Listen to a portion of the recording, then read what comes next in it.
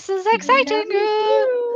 We are live. Oh my Hello, God. everyone. Welcome to the final call, The Last Sunday Squad, a game where a bunch of authors and audiobook narrators and other people, perhaps, who knows where we shall go, get together and play TTRPGs like Dungeons and Dragons. Hello, my name is Jack Fields. I am the Fable Master for your game, and with me, as always, we have our regular guests and our guest star.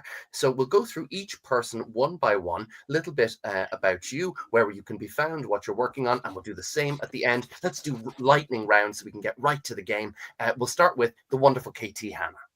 Hi, I'm Katie Hanna. I wrote Somnia Online, System Apocalypse Australia, and Library System Reset. They can all be found on Amazon. The third book, narrated by the fabulous Andrea Parsneau, is coming out on August 5th.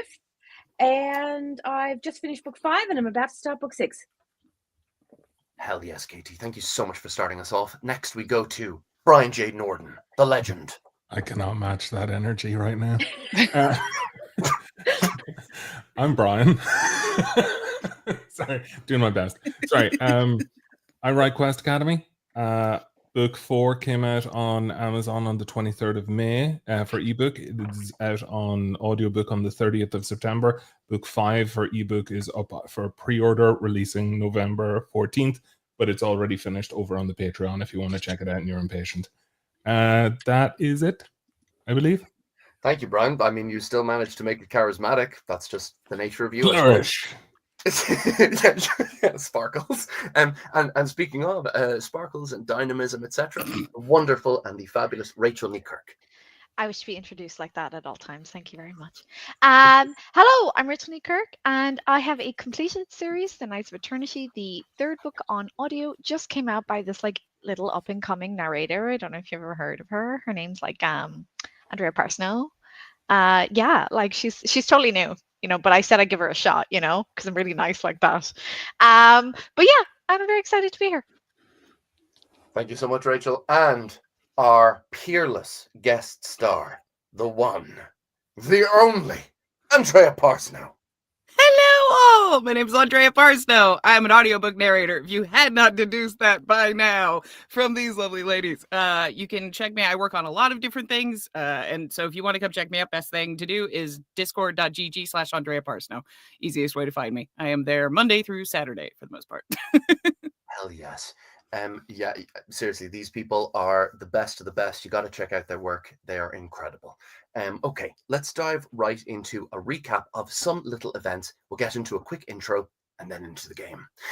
A super quick recap because it's been quite a long time. A recap? No, a recap.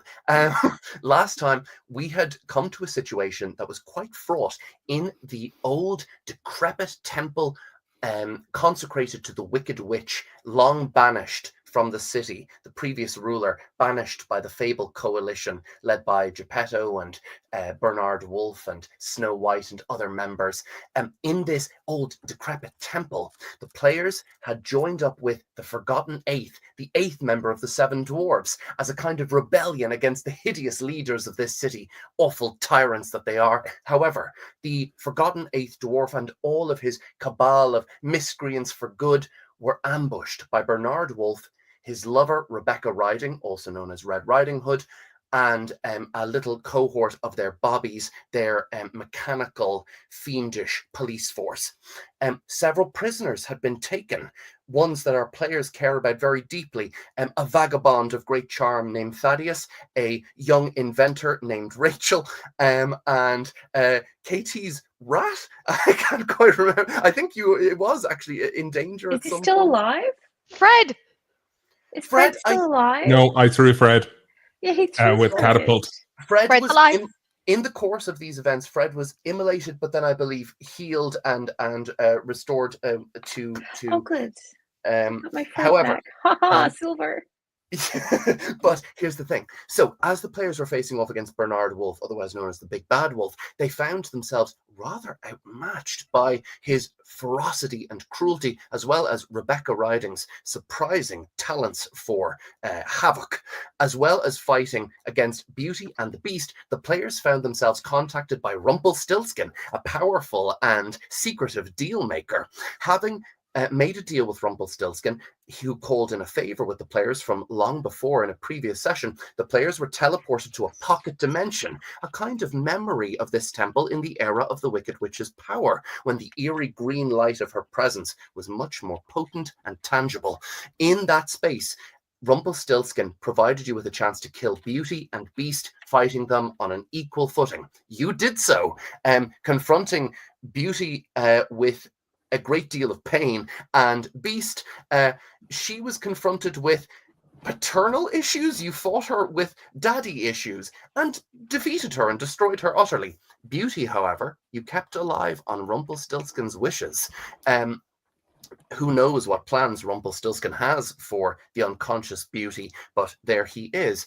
Now the players are faced with the fact that, having coalesced with their deal and having rescued their father Geppetto from the clutches of the big bad wolf, they are now in a position to potentially lay siege to Castle Nightshade, the lair of the big bad wolf, Rebecca riding all of their forces, as well as the Golden Canary, a kind of MacGuffin, but a magical device that will allow the players to attain humanity or evolution or who knows what, some fabulous newness that shall be grasped upon the acquisition of the Golden Canary, hence their father's promise of a bright tomorrow for his children, and that's Geppetto. So, my friends, we're going to dive into things here. I have a brief intro, and then we're going to get right into you. Do you have any little questions for me?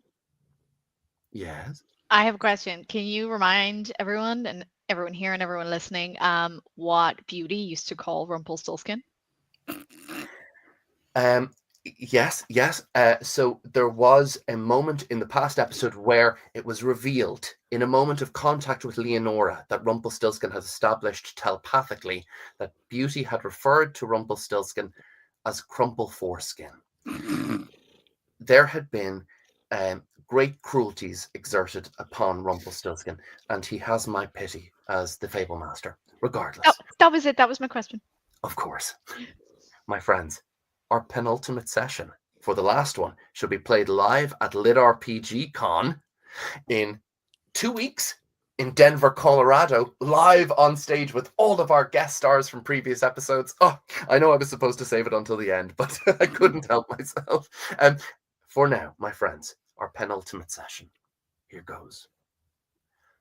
You take the bad with the good. Take a puppet maker. Help him lead a rebellion. Oust a wicked witch from your home city, and then betray him. Exile him. Leave him to plot how he shall return and what company he'll keep. See what happens. Take the citizens of a city called Tegeste Lipo. Crush them under the boot of a mechanical constabulary. Grind them under the weight of Kabbalistic egos. Mulch them and mince them between the gears of a political apparatus so big and so complicated that they feel helpless and scared and hopeless. Then show them what hopelessness costs and the value of purchasing a little hope now and again. See what happens. Take summertime. It's been a hot year. Sickly, sweet floral smells of gutters stuffed with moss and vermin carcasses, smells of horse shit and puppet police grease and waterlogged cellars and shallow graves for the innocent. It's been a hot year, and under the surface, tensions are growing hotter. See what happens. Take a shambling grotesquerie of a man who was cruelly dubbed Crumple Foreskin by his bullies, but whose real name is, well, ask the girl with the straw that turned into gold what his name is. Remove from him the things he most desires, shun him, forget him, decide he doesn't matter, doesn't count, that his schemes are only schemes, and see what happens. Take a wolf. He likes being big, and he likes being bad, and he likes his partner Rebecca, the woman in the red hood with the red temper, and he likes the city he rules, much in the way that a father likes their child, so long as the child fears him. Challenge that wolf, prick his pride, goad him. See what happens. Take 3 puppets. Promise them humanity or evolution or something beautiful like a next step in the journey of their souls and intellects. Passion fruit. Passion fruit. Give them something to care about, like passion fruit. Things they want, like passion fruit. Deny them. Deny them. Force their hand. Hurt the people they care about. Say, no, no, no. Today is not your day. No day is a day for wooden hearts and wooden ideas. No day is your day.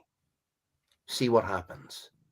See what the fuck happens. My friends, as we come towards the penultimate session here, we're going to siege Castle Nightshade and take down Bernard Wolfe and Rebecca Riding. I know the three of you have it in you, and you have a certain Cat Manuel as your ally, summoned forth from the Blue Fairy's power, a gift from your father, Geppetto. My friends, in order to do this, your forces lie decimated. There is no rebellion to speak of. But you have those who you might call upon. Little allies you've made throughout the city, not necessarily our guest stars, but actual people you've met or people you can talk to who can talk to other people. We're going to start with Brian, with his character Silver.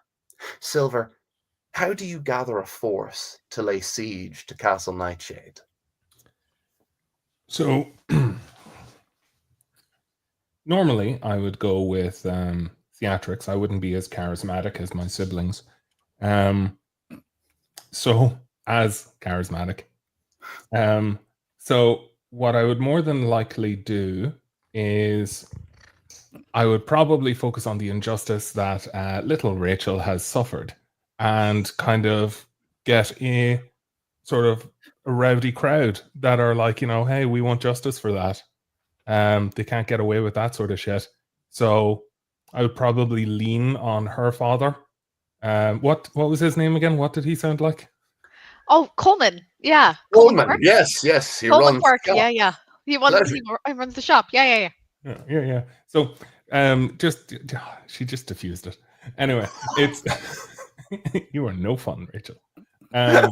So I'd probably try and just be like, look, this was horribly shit. What happened, and we, deserve revenge for this. We can't just like sit around in fear. So who's with me, sort of thing. Now, remind me, this character, the character who you connected with and cared about, Rachel, she had her throat slit at the end of the session. But as far as I'm aware, there was some healing magic cast upon her. We're hiding her. Yes, we're hiding her back here. She's alive, which I totally remembered. And it will just be once we have the crowd together and that they're going to do what we say. No, fuck it. Rachel's going to tell them what happened and how we heroically saved them. She says, "Avenge me!" Show them your scar. Look. Raise your little neck. Come on, look. Here it is. Yeah. Okay. Performance. Silver, for this, please take performance, and you have advantage on this roll. However, just actually before you roll, I think that because Manny is with you all, I think that Manny would be able to sort of lend a certain amount of help with this. Andrea, would that be okay? Manny would love to help with it. So Manny will join right along with you. And he will be the best hype man that you have ever had in your life. Every time you say a sentence, Manny just says the last 3 words louder with just more oomph behind it, like every single time. So it's like, my people, please listen. Yes, please listen, his people. Every single time. Now that I know this, I'm only going to say 3 words per sentence. She was dead. She was dead! No, she's not! No, she's not! Revenge for us! Revenge for us! Bad wolf, bad! Bad wolf, bad! You heard it. Both of you take a D4 inspiration dice. Please. And then, Brian, as all of the heads of the inventors gathered together, ping pong back and forth between the two of you with each declaration of each triad of words. Bad wolf bad. Bad wolf bad. as they do. I need you to roll Bad 2 wolf d20s, bad. take the highest, and add a d8 inspiration dice from Manny. Okay. But So did you can say I be both of very us honest? roll? You Or tell he me how rolls? this goes. Yeah. Silver. You tell me how this goes. So do you remember my gingerbread dice? Mm-hmm. So I've rolled 3 dice because the first one would have given me an 8 plus 8, which would have been 16. The second one gave me a 9 plus 1, which was 10 plus 8, 18. Okay. And then the third one, I was like, fuck it, gingerbread luck. And I went and I got a nat 20. But will you allow me that? Because I cheated. Like with the gingerbread luck. I don't think it's cheating if you use the mechanics I've given you. So Yeah. Coleman That's not cheating. goes, by my troth. Dad, I didn't know you knew words like that. Hush, Rachel. and rubs the top of her head. By my troth. We shall build you something exquisite, Silver. And we shall arm each of us with mechanical devices. I have a bit of a stomachache, except for Nigel. Nigel must look after his tummy. The rest of us will arm ourselves with the apparatuses of war. And I might get better in time. Nigel, you're good? We shall all be ready upon the morrow. I can heal you, Nigel. Oh, thank you, Silver. So shut up for now. Rachel grasps your hand. Not the time, Nigel. Rachel grabs your hand, Silver, and says, I'm going to help them build something for you. And it's going to be amazing. Oh, thank you so much. I have taken great care of the last thing you gave me. What was that now? Thank you. Bye-bye. She flicks her nose and says, you bollocks. Okay, at this point, with the inventors of Tegeste Lipo up in arms, the craftsfolk, and all the way from men and women to their sons and daughters are united. But that only represents a certain amount of the city. No way could Castle Nightshade be sieged by so small a force. Hence, we get to Leonora. Leonora, talk to me. I rage. Okay. Okay. I immediately rage, so I grow, I think, is it 4 or 5 feet? Yes. Also, I now have, I took a +2 strength on my last level up. Oh dear. So I just, Leonora isn't the most charismatic person, but she's got a big heart. Yeah. So what she does is she picks up things she thinks people don't want. And she keeps smashing them, saying, we'll do this to the big bad wolf. We'll do this to the big bad wolf. And she just is running around and punches a wall. And then she's like, yeah. And she's just running around like that. And she's like, yeah, we're going to fuck them up. Okay. Make an athletics check. Done. However, as you're making it, let's see if you get some inspiration. Manny, how would you help this? I was going to say, could Manny be there, please? Okay, Of course. Manny's going to use prestidigitation, and every time something smashes on the ground, there's explosions, fireworks, everything. Maybe the face of the big bands kind of explodes sometimes. Just as hardcore as he can hit prestidigitation, and then and making Leonora glow, just yes, she is the divine word, just powers, explosions. Yeah. Perfect. I mean, that is going to add a D8. And I use thaumaturgy while I'm doing this. I forgot I took that a couple of levels back. So my voice is booming across the entire dual magic. the whole place. Clever. That is a kind of oh my god, that does add to it. I think for sure it's advantage. I think you get the D8 as well. Oh, thank God. Okay. Because I didn't roll. I only got 13 on my first roll. That's okay. So we're going to try again. Okay. We're going to try again. With my D8, so I already got 21. So with my D8, if I add to that, where's the fucking thing? I know where everything is. That's everything is fine.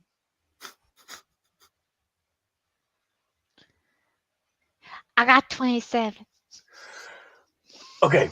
As Leonora is smashing things, you notice a smell. The smell is pungent and more a miasma than an aroma, and as its effluvious quality makes its way across the streets, you notice that it is accompanied by what looks like 3 or 4 dozen individuals in bedraggled clothes, all of whom are grimed and dirtied, and all walking in lockstep behind Thaddeus. And as they all gather up around where in the main square of Tegeste Lipo, I pick up Thaddeus. Putting them down. You say to Thaddeus? I pick up Thaddeus. Oh, so what? So you just literally pick him up? All 3 of them. I pick all 3 of them up, and I'm like, "Yeah, my man, we're gonna fuck him up." Oh, the scabrous ghouls be making their way sideways. Fuck yeah, Thaddeus! Oh, sunny side up, is it? Oh, always, my man, always.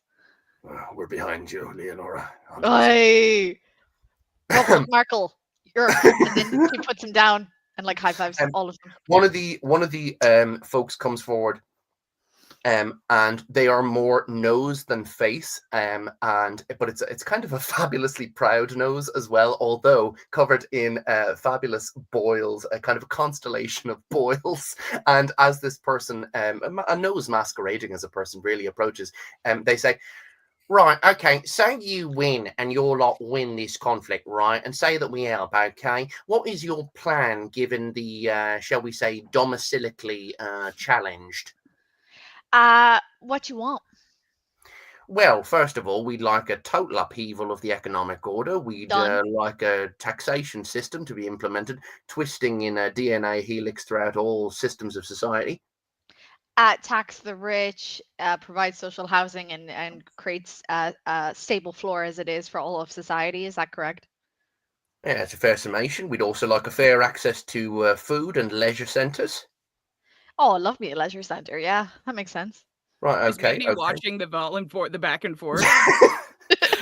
Manny looks over. Is there a barrel of like anything, like a liquid barrel or anything like that, or something very large around him? Like next to one of the more magnificent taverns in the main square, there is what looks like a series of barrels that have just been delivered freshly.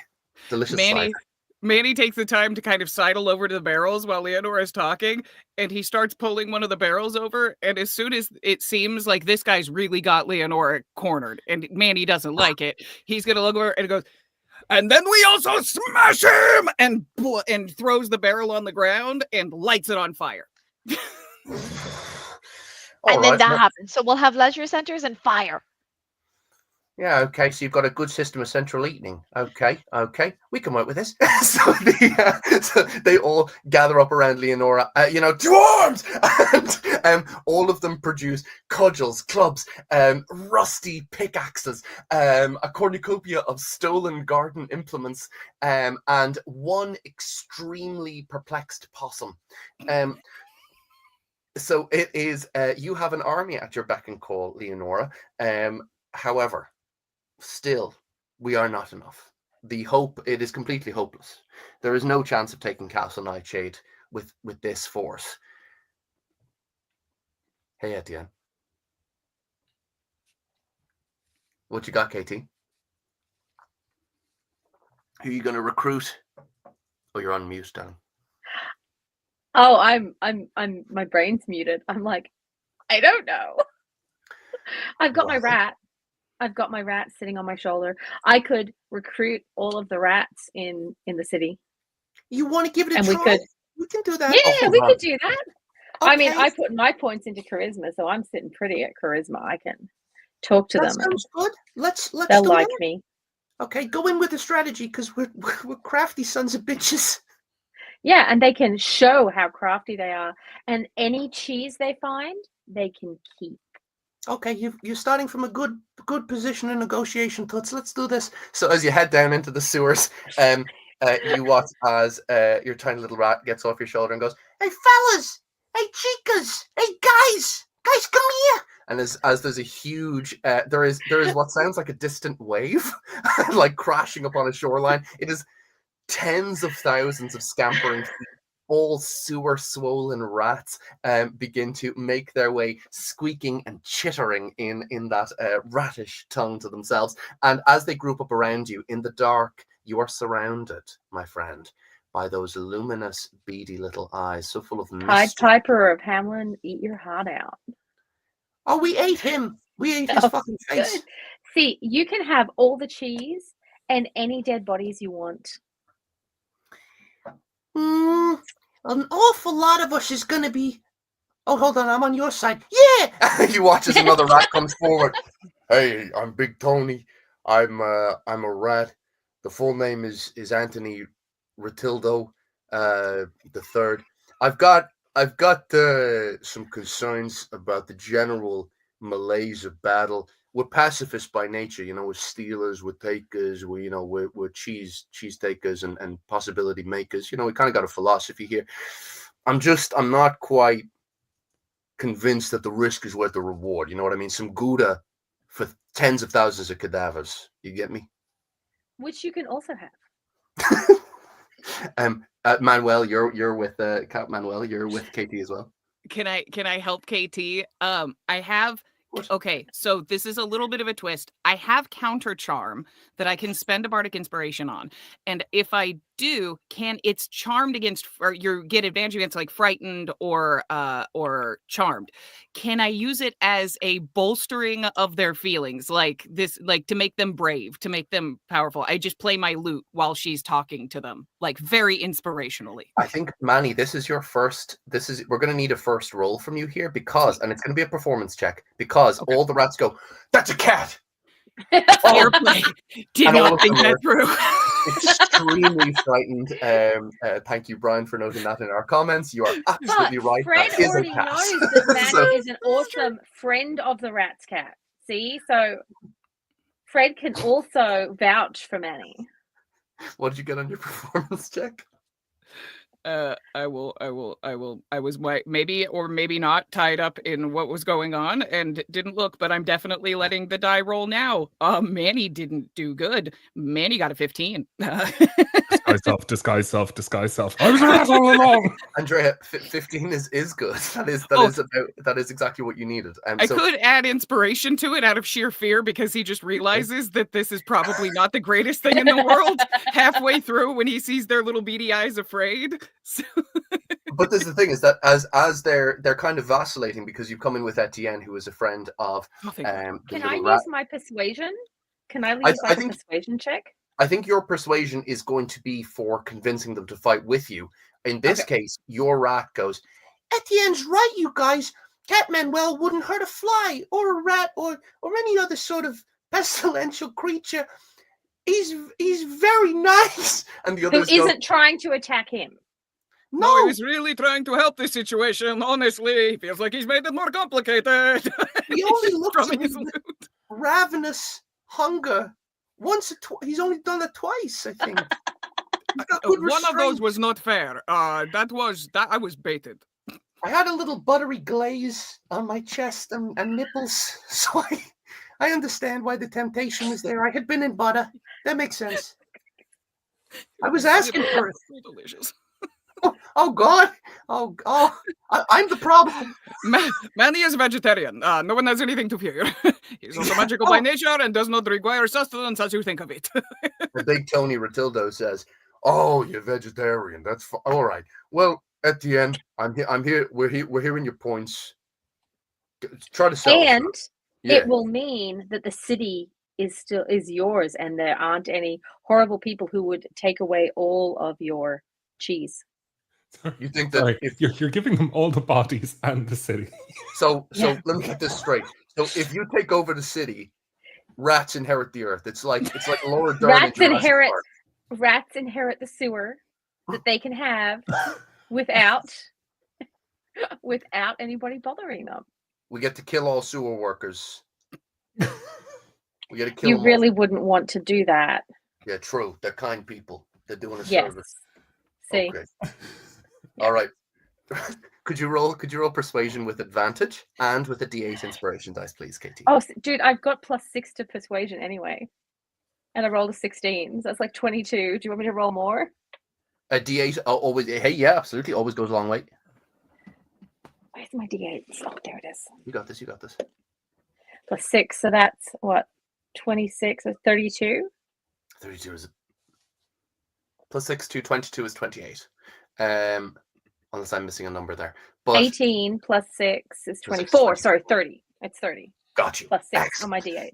Well, Okay. obviously 30 is incredible as the rats chitter amongst themselves for a moment, and Big Tony Rotildo comes out and says, we like the cut of your jib. All right, you came in here blue and you freshened up to a delicious camembert. Okay, yeah, we can work. So as you head away from the situation, your little rat goes to you. You did so good. Good job. Thanks, Fred. I Yeah, love you, Fred. You're my friend. I'm You're glad awesome. we're friends. Me too. Here, have some brie. Oh God, yes! Oh yes! Oh! Manny kind of walks up next to Etienne and just goes, the man is really sorry about that one. He did not think that through. I feel like I was really a distraction there rather than a help. But you were an awesome distraction, Manny. Sorry. We'll be more aware of that in the future. Yes. And he just kind of like... My friends, as the night falls, and as the plan is to assault Castle Nightshade in the morning, you have a chance to chat amongst yourselves. Any little conversations you have or little moments of role play with a particular character you might wish to have can get you little bonuses in the fight to come, but no pressure because there's other ways to get those bonuses during the fight itself. So if you'd like to have a little role play encounter, please feel free to do so. And would anyone like to kick us off? Oh, Rachel, right in. Fabulous. What would you like? So way back in the first or second session, Leonora had like a little bit of a mini flirtation with A sign. also that. It was a very dangerous looking sign in my defense. What was your man's name? Bernie. Oh, Ernest Bernie. Jamborne. That's it, with Bernard Jamborne. And he did say something about his friends, the three little pigs in the city. So if I have a chance to kind of slip out and find them and tell them what happened to Bernie, I would like to go do that. Quick note, it's Ernest. Ernie! Yeah. He has such a place in my heart. I remembered his name.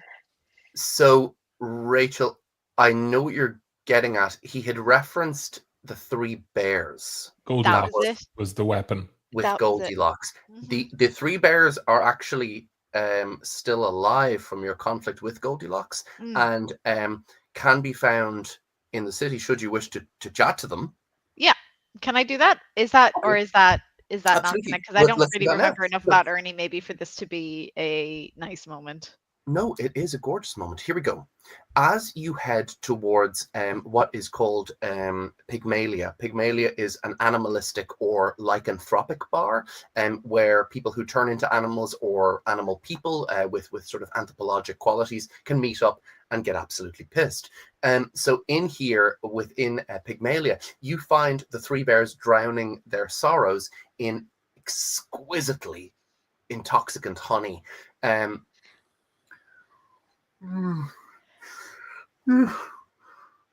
like you devote yourself to a woman and she goes and dies on you.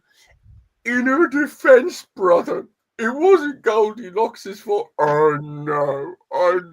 But I felt like we could have done more, or she could have done more, or she could have done more. What would you like to do? I feel like, because Leonora did help kill her. Yeah. She just quietly goes up and pays for their drinks for the whole night, and she writes a little note for them, basically saying, Ernie would want you to have a happy life. As you head in, Leonora, preparing to do this. Oh no. Chairs are shunted back. Oh shit. Looming figures above you, ursine in quality, blotting out the candlelight. You. Ah, fuck. You killed Goldilocks. Let's scrag her! Oh, okay. Technically, she killed herself. In her defense, she did do that. You watch as you were about to pen something, and the bear plucks it out of your hand. I can't read. Read this to us. And she says very loudly, Ernie would want you all to be happy. Drinks on me tonight. How did you know Ernie? I didn't know him very long, but the little time I knew him, I knew he was a really, really good man.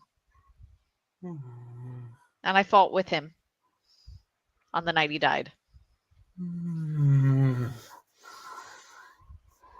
Really? Make a persuasion check. Oh, fucking hell. Guys, you might need to run and save me. We're going to see how No. it goes. My persuasion isn't very high. Sorry, from the other side of the city. No. Yeah, Oh, thank God. I can't hear. I'm busy. Oh, thank God. Guys! He's No, listening it's to okay. 1,000 rats. What'd you do? I got 17 plus 1. I got 18. 18. The smaller bear has a little look, gulps down some very, very alcoholic honey and says, "You know, now that I come to think of it, if we hadn't been recruited by Wolfie, Goldilocks would have never been in danger." Yes, that's a good point. And if we weren't in danger, then Goldilocks wouldn't have. Hey, I got an idea. You, what did fights with Ernie? You want a bit of bear on your side?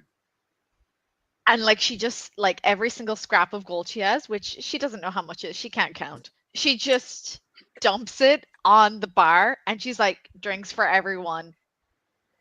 And then we take back the city tomorrow. You better Meanwhile, drink up because we're going to be a part of you for this. You watch as their bodies subsume into light, like that movie Brother Bear. And as their ursine forms fluctuate, like Aurora Borealis, so brown and also colored with other shades, they flow into your chest, and a tattoo of a bear appears on you. Leonora, you have officially multi-classed into Barbarian of the Bear. So you are now, while you are bonded with these creatures, until you are knocked unconscious, in which case the bears are expelled as soon as you are knocked unconscious, not death saves, you have resistance to all damage except psychic. So she pats her chest and she says really quietly, "We're going to make Ernie and we're going to make Goldilocks proud. Thank you for this." Fabulous. Please tell me it comes out as a roar. Yeah. I just want to do an aside. Meanwhile, Silver and Etienne are really glad they didn't give Lenora complete access to the chest of gold they stole from that castle way back with the Mad Hatter. It'd be all gone. I'd have gone. I'd have paid for an apple with like 50 gold. Yeah. She's not good at maths. And then she kind of, I think Leonora would kind of get a little bit upset because this didn't really go the way she went, but in a nice way.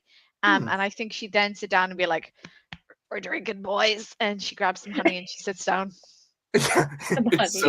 It's one sentence, Rachel. It's so thick. It's just so thick. Just the way she likes it. That's what she Rachel. said. I hit it up, you spike it down. Fucking legend. Okay. Oh, that is my approach to my sex life. Anyway, next. Silver. Hi. I have a visual that I'm going to try and help with. So, oh God. So you know the way they used to do all those things with like Bobby Fischer, where he'd be going up against 20 grandmasters, going around just playing them one at a time. Yes. Imagine all of the workbenches of all of the tables of all of the crafters going around. But I would like to enlist Geppetto. This is going to be father-son bonding time. And if she's around, Bo Peep. To see, like, can we quite literally go around, not as grandmasters or anything like that, but help out the people as they're crafting, all of their weapons and stuff, to essentially just go and like help you here, help you here, help you here, and just kind of like diving in on the night before the battle. Yeah. Manny helps out by Academy ritual of Lost casting Knowledge? Unseen Servant. He helps out with an Unseen Servant on that. Got you. I love this. I want to add one tiny little addendum. As Leonora is drinking, she is singing "Bare Necessity." Thank you for the idea, Brian. Carry You're on. welcome.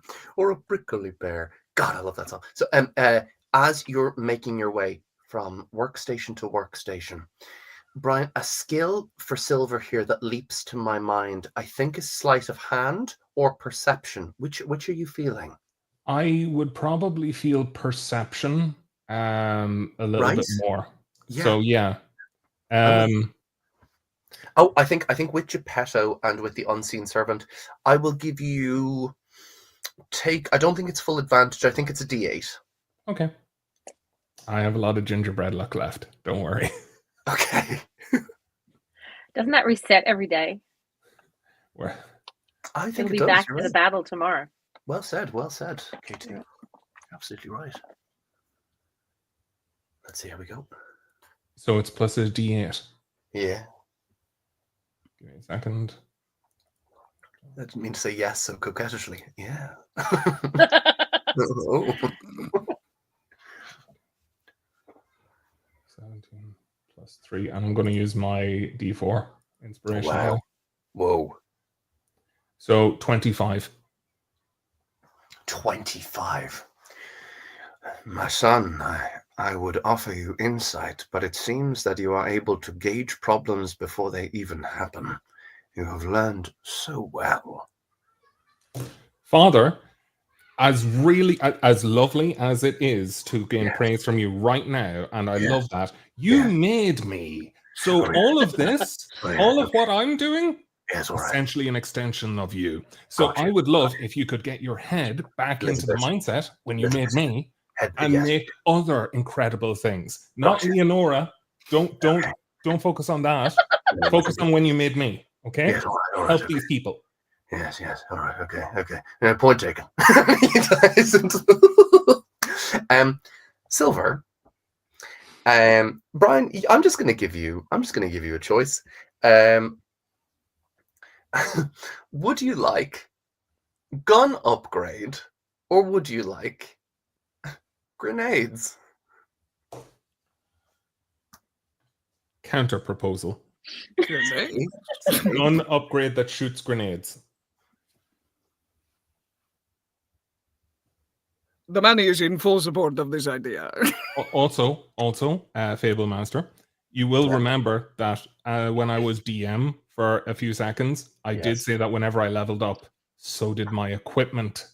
And we haven't decided on what my level 8 looks like. So that could probably play a factor. We can tie this in. As Geppetto presents you with your folded up device, he says, "My son, you must not deploy this until you are in the heat of battle. I fear otherwise its sheer awesome would blow everyone's minds." And as you feel this device, underneath its vertebrae of spinal steel, whatever is folded up in here thrums with mechanized power. I always knew I was your favorite. Oh my god. Manny Father, sidles up next to you and just, can I touch it? Yes, you can. I just feel like, it's like, Father, I know that we've really bonded a lot. As Geppetto pats you on the shoulder and says, "I'm going to go see if Etienne needs anything." Before you go, Father, before you go, Of course, I know that we've made so much progress of me not being a thundering shit, but I wanted to say, my son. I wanted to say, is it okay if I brag about this to my sisters? My sweet, brilliant boy, I would be so disappointed if you didn't. They'll see it on the battlefield. Fuck yeah. Sorry, Father, you can go and talk to Etienne. I'm so proud of you. And as he heads away, he chuckles to himself, "Brag in front of my sisters. What a lovable douche." It means shower, Father. He takes out a little notebook. Okay, slang that I need to learn. Leonora obviously hasn't witnessed anything about this. She's drinking honey. There's 3 bears inside her, and not in a sexy way. But she can feel but she just feels like Silver being a fucking wanker in the just in the like a ether. disturbance in the force, Mhm. and she just fucking rolls her eyes. She doesn't know what he's done. She just knows he's being a wanker. Yes, yes. That's I think that's just called being someone's sister, really, or being someone's sibling in general. Got love for all siblings out there. And now we get to our final preparatory element, which is Etienne. Well, I've been running around getting all of the components I need for all of my spells to make sure that I'm prepared, including my summon aberration spell, because we seem to be a little light on bodies to throw against this. My goodness. I'm trying to go through and figure out just what variant of my summon aberration spell I could use for the best benefit. Yes, yes. My God, I'm frightened of that. And in terms of any sort of NPC interactions or with your fellow players, or what are you thinking? I've really just been talking to Fred. He's extremely enlightening, and he generally likes me. So, he's kind of a yes rat. Yeah. Try to be supportive. You don't sometimes when you don't get enough when you're young, you feel like you got to give more, and that can be a people pleasing instinct. We have different parts of ourselves, different shadows of self. Really, and I do have Brie, so that makes me. Oh God! Oh yes! Just gobbles it up. Oh my God! Me too. I'm such a Brie lover. So gooey. Yeah, so I've just been, head down. I'm on that path to get my fucking passion fruit, mate. Like, Etienne, can I ask you something? Yeah, Fred. What's up? What are you looking forward to about being a human being, being a person? Passion fruit. Okay. So I can really taste the passion fruit. Because I can only sort of kind of get an inkling of what it tastes like. Yeah, sure. But I want more. Is the passion fruit like a kind of is it like a metaphor for passion in general? Like you want to feel things a bit deeper? Okay, it's the fruit. Just really like the fruit. Okay, I love food. I want to be able to taste food. The food is so there's no sort awesome. of even sort of forbidden fruit element to this as well. It's the taste of literally food. It's the fruit and food in general. All these people sit down and they have these orgasmic looks on their faces when they're eating pasta.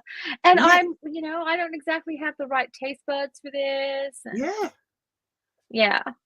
You gotta. I see people sometimes they have like a gumbo. This is for Silver.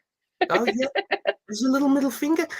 I think you and your brother and your sister, you all love each other very much, and you kind of want different things out of life. But part of that difference is also you want different things, but you need each other. Is that fair to say? I would share my passion fruit with my siblings. That's how much I care for them. Even that. Silver. I like the idea that you give it to them and they're like, no, fuck that. They probably will be, but that's okay because I will have more passion fruit from me. And it's sometimes it's the gesture that counts. Exactly. You've got a bit of a people pleaser in you too, and that's awesome. Oh, definitely. But one of the things I need to do is figure out if I should summon a beholderkin. Do you think that sounds good? I think that sounds good. That sounds metal as fuck. Holy shit. Sounds good. I thought so too. Katie, I think for this, as kind of a roll animal handling, please.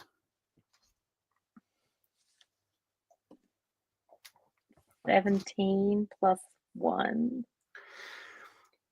KT, I think with an 18, Etienne has developed a deeper relationship with this tiny rodent. And there has actually been a kind of a magical connection established, like literally arcane. Aww. I think traditionally in the rules of D&D, you can only cast one major spell per turn. I think once in the upcoming fight, you can use your rat friend to cast an additional level spell in that turn. So you could cast like 2, 3rd, or 4th level spells in that turn, and just absolutely wreak havoc. And then, sorry, I said the final thing, but excuse me, I've forgotten if the wonderful Cat Manuel wishes to do anything. Andrea, is there anything that you'd like to do? Manny has been flitting about between the individuals and just kind of hanging out. He's petted Silver's new weapon a few times. He's very attracted to it for unknown reasons, and has taken the time to just kind of putter about the camp. He plays his lute for everyone to keep them happy. Little songs of rest and stuff. He's good. As you notice that a figure approaches out of the haze, and the figure says, "I came with Bo Peep. She was going to help Silver, but I knew that I had to see you again, Cat Manuel." And you see the other cat, the other cat from the original town where you helped these heroes, has come back in little boots, gorgeous feathered hat, and says, "It is I, Midnight." Oh, the Manny is at a loss for words, but you are not at a loss for curves. Hello, beautiful. And he sticks his paw out. It is a pleasure to meet you in this form. Cat Manuel, I have had so many moments leading up to this one. I dreamed of what I would say to you, but now I just places a hand up against a street lamp, takes the hat off. "I just want to dance with you." And Manuel takes 2 big steps forward, grabs the back of her neck into a big, deep dip, and says, "And the Manny would like nothing more, senorita." And he spins her out into a spin and then rolls her back in. And then they start tangoing in a street light that has suddenly appeared for some reason. There's a spotlight from prestidigitation. Yeah, I was going to do it thaumaturgy. It'd be like, fuck it, that. Yeah, Like, there we go. oh. Let thaumaturgy do it. Cat Manuel, make a performance check for love. Hell yes. I love this so much.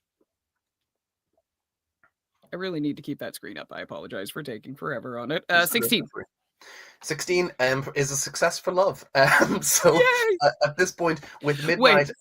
Can I roll my D8 on top of it? Just because it feels appropriate in this moment that Manny feels like he would have fully committed to this. Okay. It's also another 3. So the regret in later battles being like, this would have been really helpful now. It would have been, but no. Well, actually, I'm really glad that you spent your inspiration, because all of your inspiration, pardon me, is immediately restored. It is automatically all upgraded to a D12. So all of your inspirations that you can give in the coming day are D12s as your bonus action. And also your hips are like a little bit sore for the entire fight. Oh, yes, just a little bit, but just enough. For more reasons than one. Hips don't lie. Everybody loves a good pelvic pummeling, yes. You said Leonora can still take psychic damage, right? Yes, she can. Yes, she can. Are you kidding? This heals her psychically if she wanders Oh, in on yes. this. My friends, as morning dawns, I will precede the events of this penultimate fight, this fight in Castle Nightshade. I shall precede it with a fact, and it's from me. It's from Jack. Hi. Tegeste Lipo, spelt Tigesteleepo,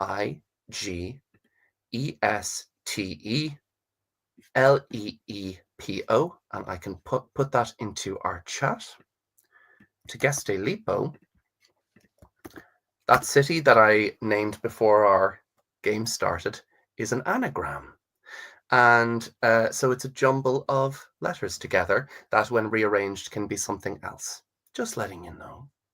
At this point, my friends, as you move towards also when we are facing off against our enemies. Also, if you figure it out, don't let the others know. But at this point, we get into our final fight, and keep with the final fight with me to a certain extent. I just wanted to let you know. So you my can't friends, do that to writers. It's like, hey, the letters you know and love, guess what? They mean something else. Do you know how many word games I play regularly with this shit? So, oh my god. Leonora, because she's had this dream in which, like, this voice from afar tells her that Tegeste Lipo was an anagram. So she wakes up from a drunken stupor and she's like, I have it. So Op el estegestip. And then she falls back down to sleep again. Oh my god, that's the best. So, my friends, yes, as we move, you can see Castle Nightshade before you.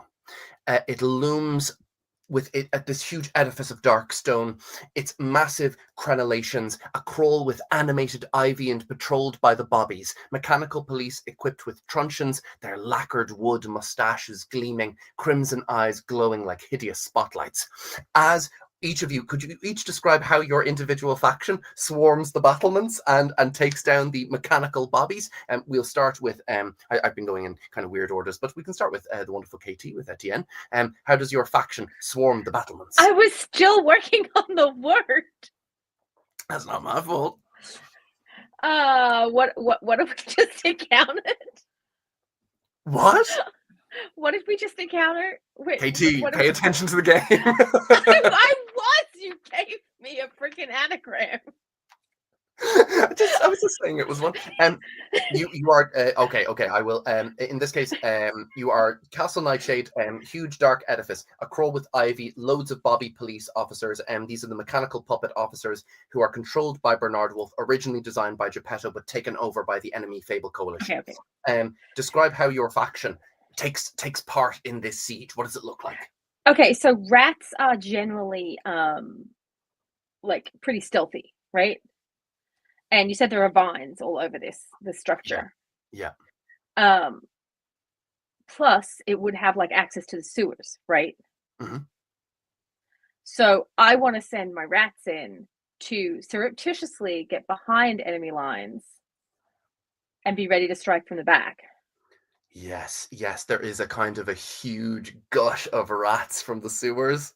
Yes, but like they would come up through there, and they're not being stupid because they want the cheese. You see, cheese is a great motivator, and so they would come up very slowly and stick to the shadows and make as little noise as possible and keep it down on the squeaks, because good old Anthony Ritaldo is going, guys, got to keep it down, okay? Because we want the cheese and we want the corpses.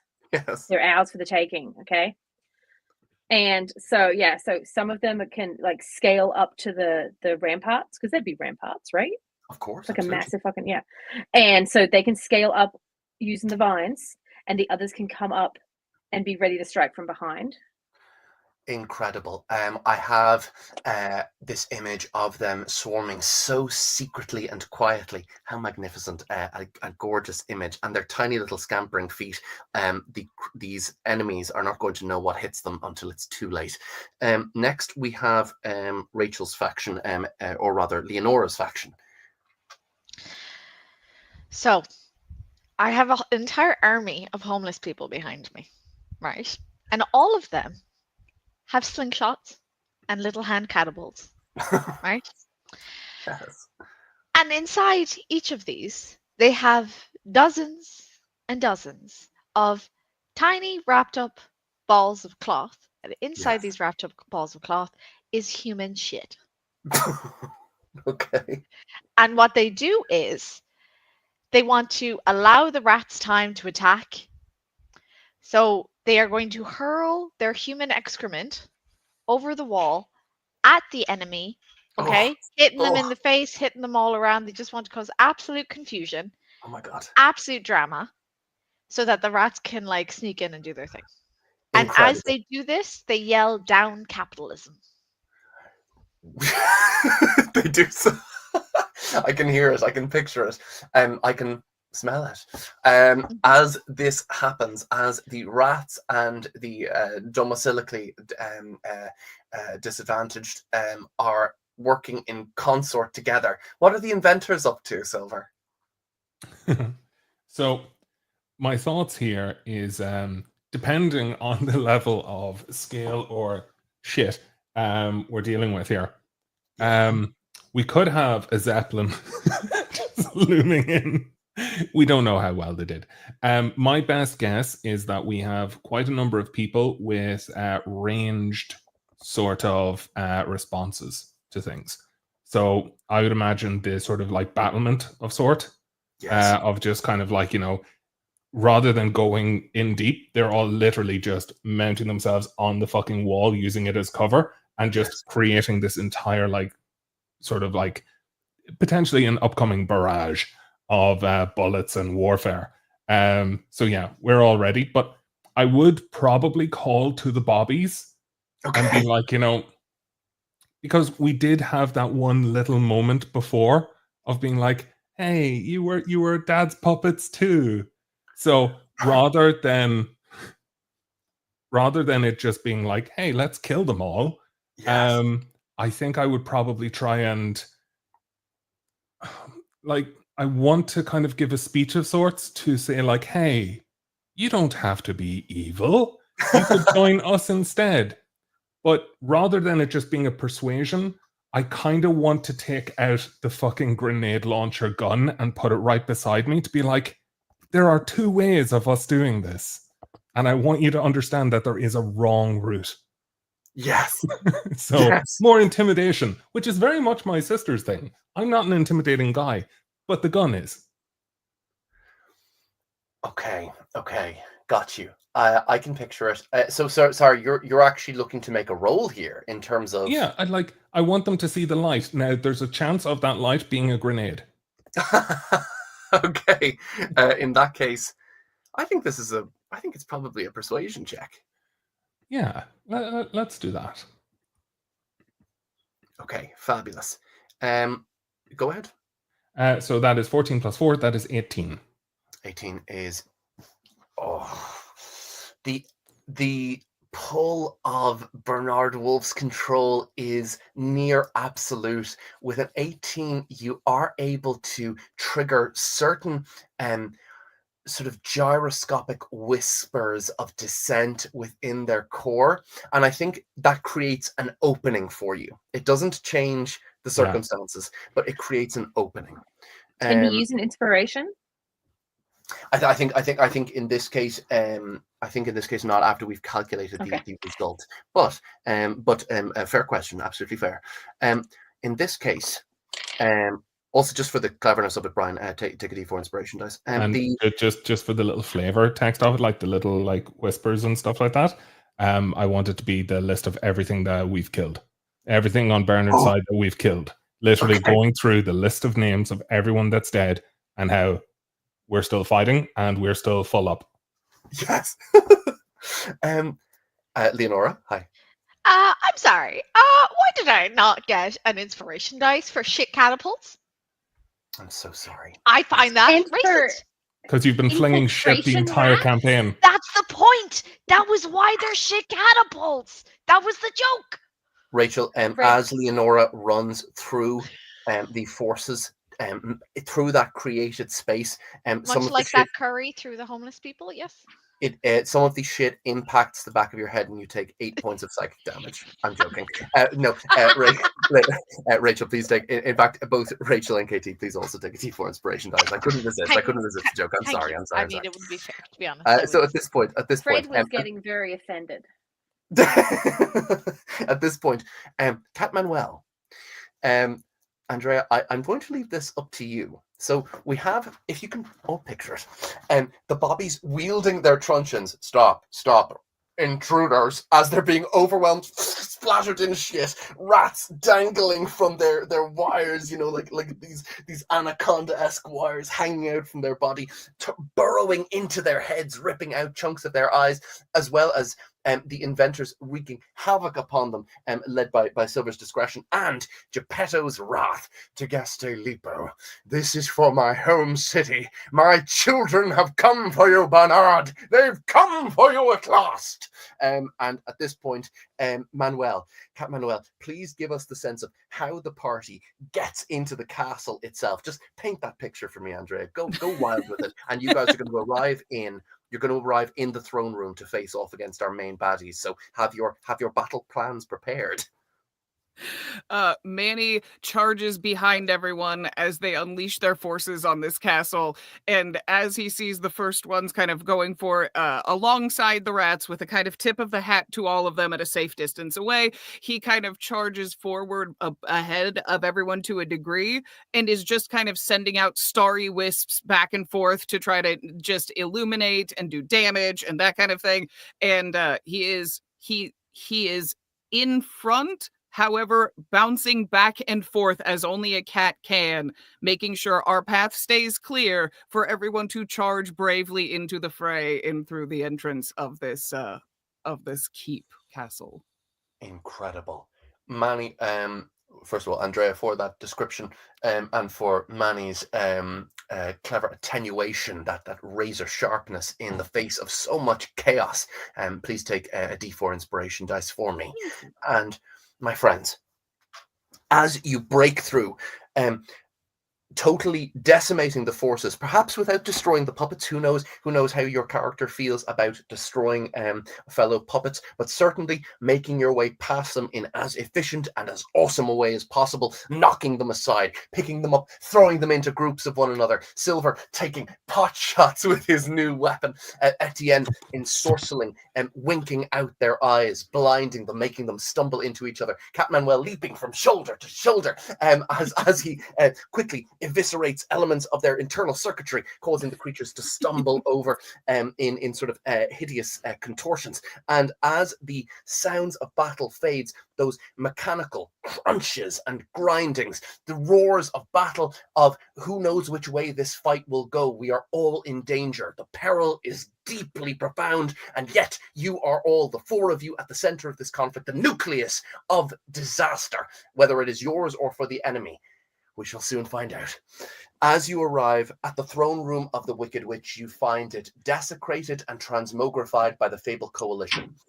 Where once green tapestries in this emerald palace within this once emerald city, you see all has been torn asunder. The stained glass windows recolored, although very in a mottled shades, and all elements of green annihilated. You can see tapestries rended apart as if with woven claws. You can see elements of art displaying Bernard Wolfe lauding over his people like some benevolent leader, and yet with a twinkle of true avarice and evil in his eyes. And you can see before you what looks like a perverse throne that was once the seat of the Wicked Witch herself, and yet now transformed into a kind of woodland affair, all spiraled with roots and gnarled mushroom bells, wrinkled weeds and fuzzy twisted plants, all of which have overwhelmed this thing, almost like gorse and creeper overwhelms some other structure in the wilderness.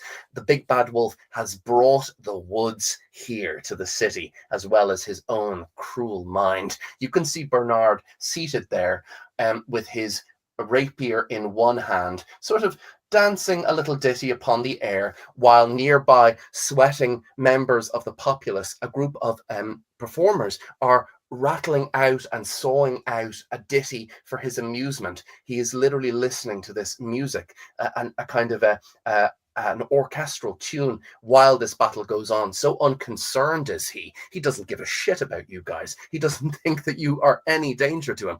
He's practically let you in. Greetings, he says. I thought you wouldn't make it. So much hubbub out there. Where's Daddy? I thought that Beauty and Beast would get the best of you, but you got the best of them, didn't you? Rumpelstiltskin, wasn't it? Naughty boy. Are you mute puppets? You mute little puppets? Daddy's not here to pull your strings? You can't talk? Sorry, can I just do the whole like marionette thing? I've been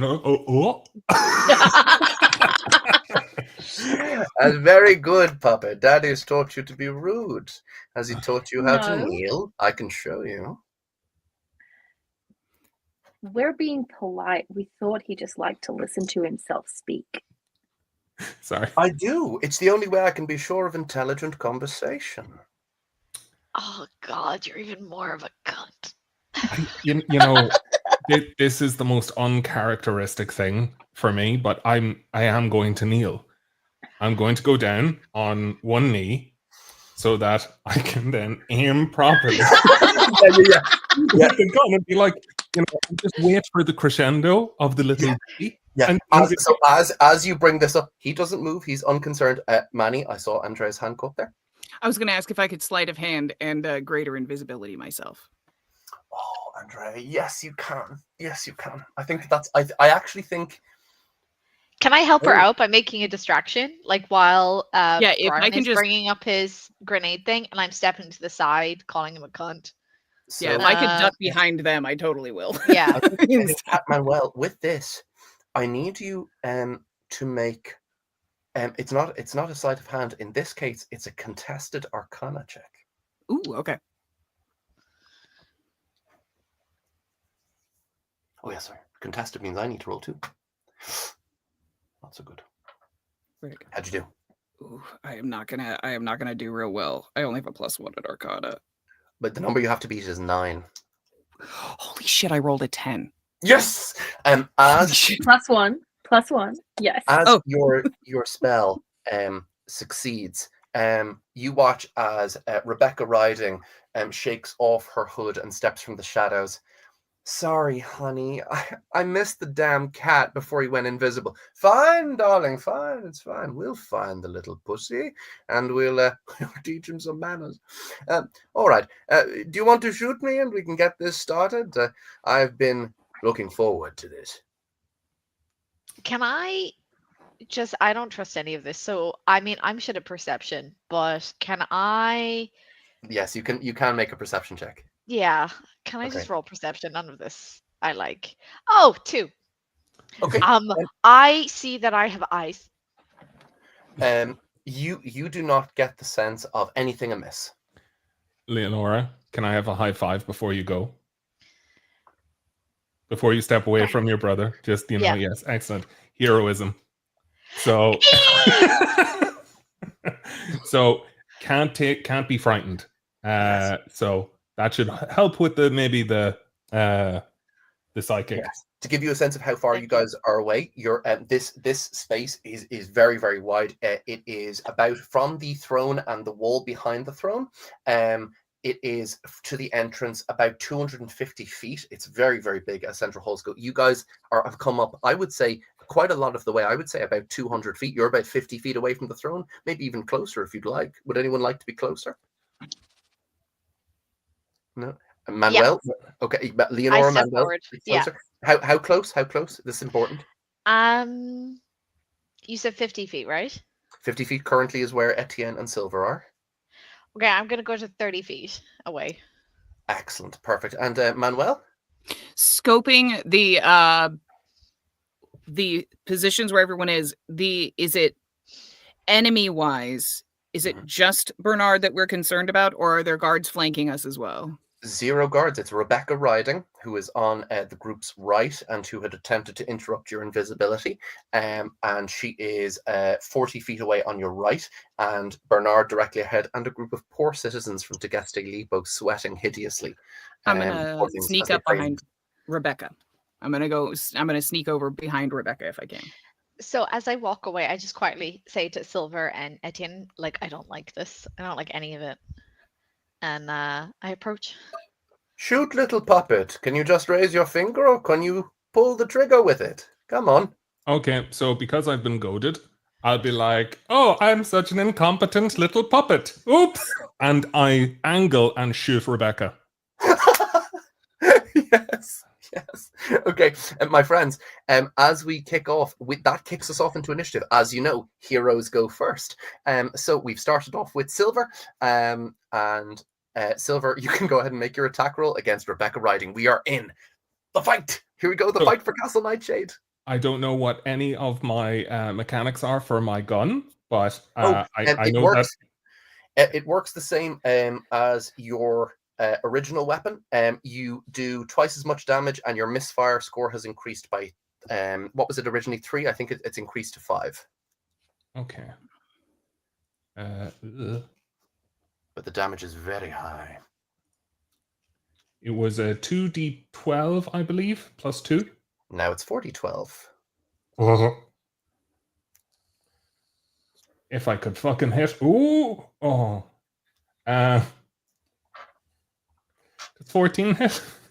14. As I can re-roll that. You know what? Like, yeah. that roll never happened. Okay, you okay? You're going to use your There's a gingerbread. 21 hit. 21 does hit, but not by much. Rebecca has a very high AC. Okay. So As this comes out, my friend, you notice that as this thing folds out, as it makes its way, it is colossal. It is a physically heavy weight upon your shoulder. It is basically, in effect, a bazooka. A kind of bazooka meets grenade launcher hybrid. But as it starts, there's a little enginous sound that sort of that begins to rise up as different things clunk into place, and you fire out. And so with this effect, Brian, you mentioned your level up, and you were the DM for a minute. The effects of this, it also generates a random effect.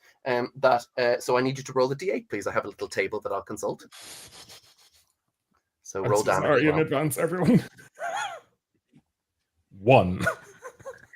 Okay, so a bilious, noxious green shot comes out, and she has to roll against being poisoned.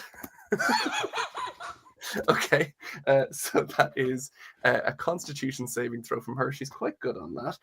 That does succeed, but she still takes the full brunt of the damage. So how much damage is she taking? That is 29.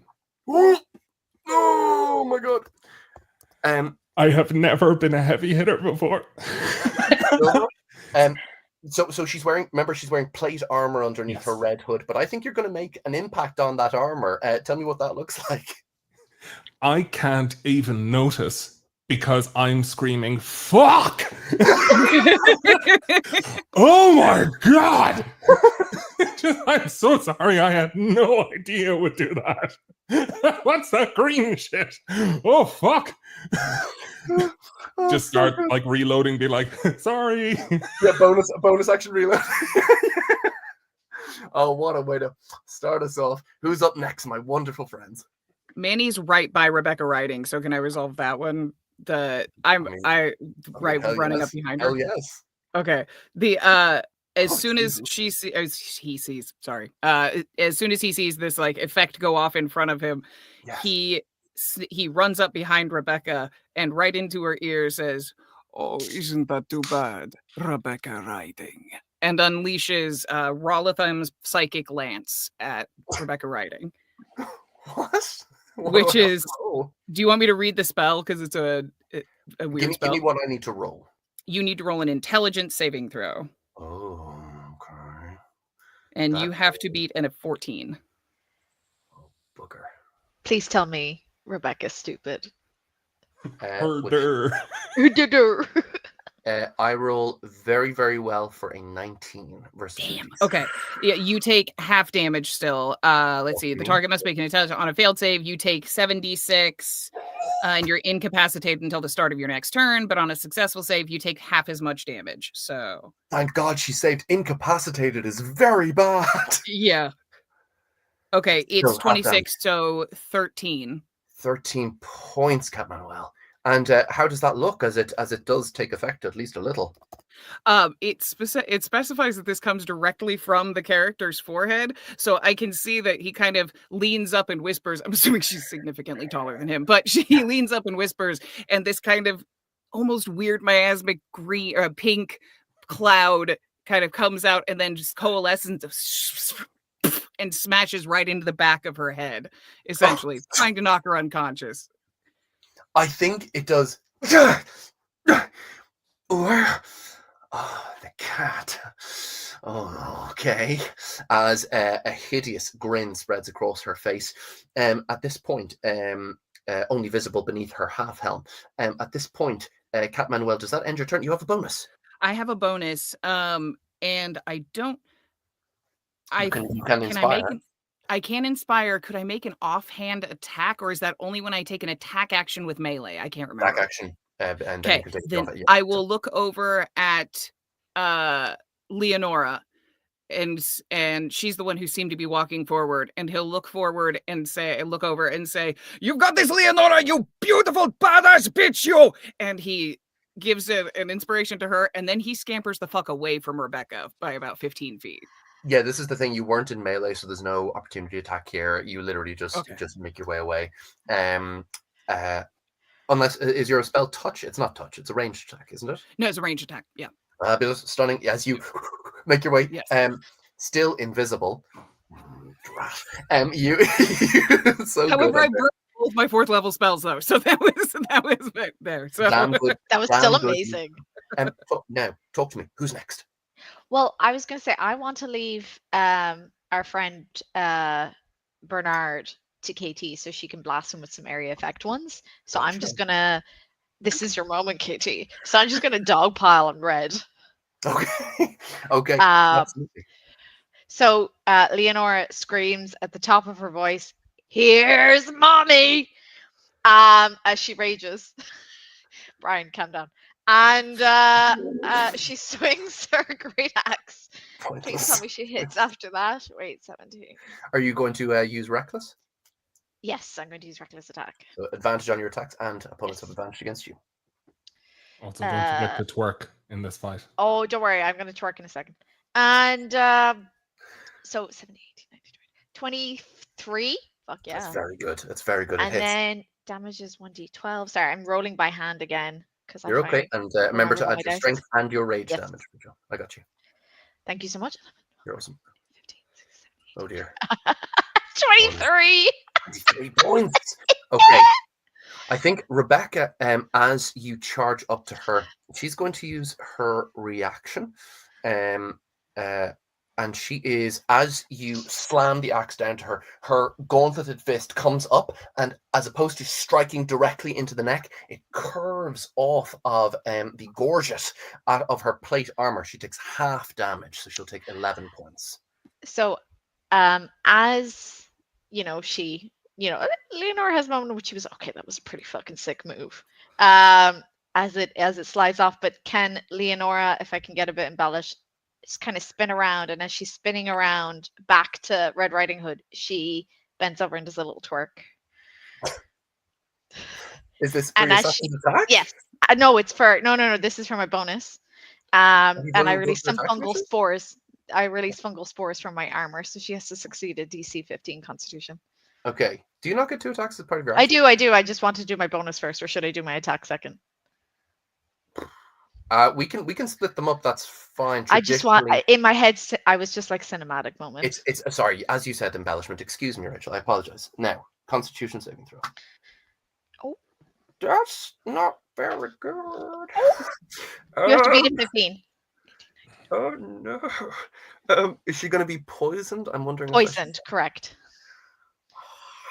Mechanically, does the party know what Rebecca is? The Manny doesn't. I don't particularly. In terms of her strengths and abilities. Like what she seems like she does. Essentially, is she casting a ton, or is she look like sorty person? She's a bothy. She's a spells. She's Okay. a kind of a, Cool. she wields a big ass mace. That's all. Danger. I'm going to use. I can't have her be poisoned. I need to burn. I'm going to burn a legendary resistance to have her succeed instead. But that spends one of her legendaries. Leonora turns around and yells at Manny. I'll tell you what she is. She's a bitch. And then I roll 17, 18, 19, 21 to hit. 21 also hits. My goodness. That +4 strength is coming in. Oh my goodness. Oh wait, shit, wrong dice. Sorry. He's okay. Oh fuck yeah, and your mother.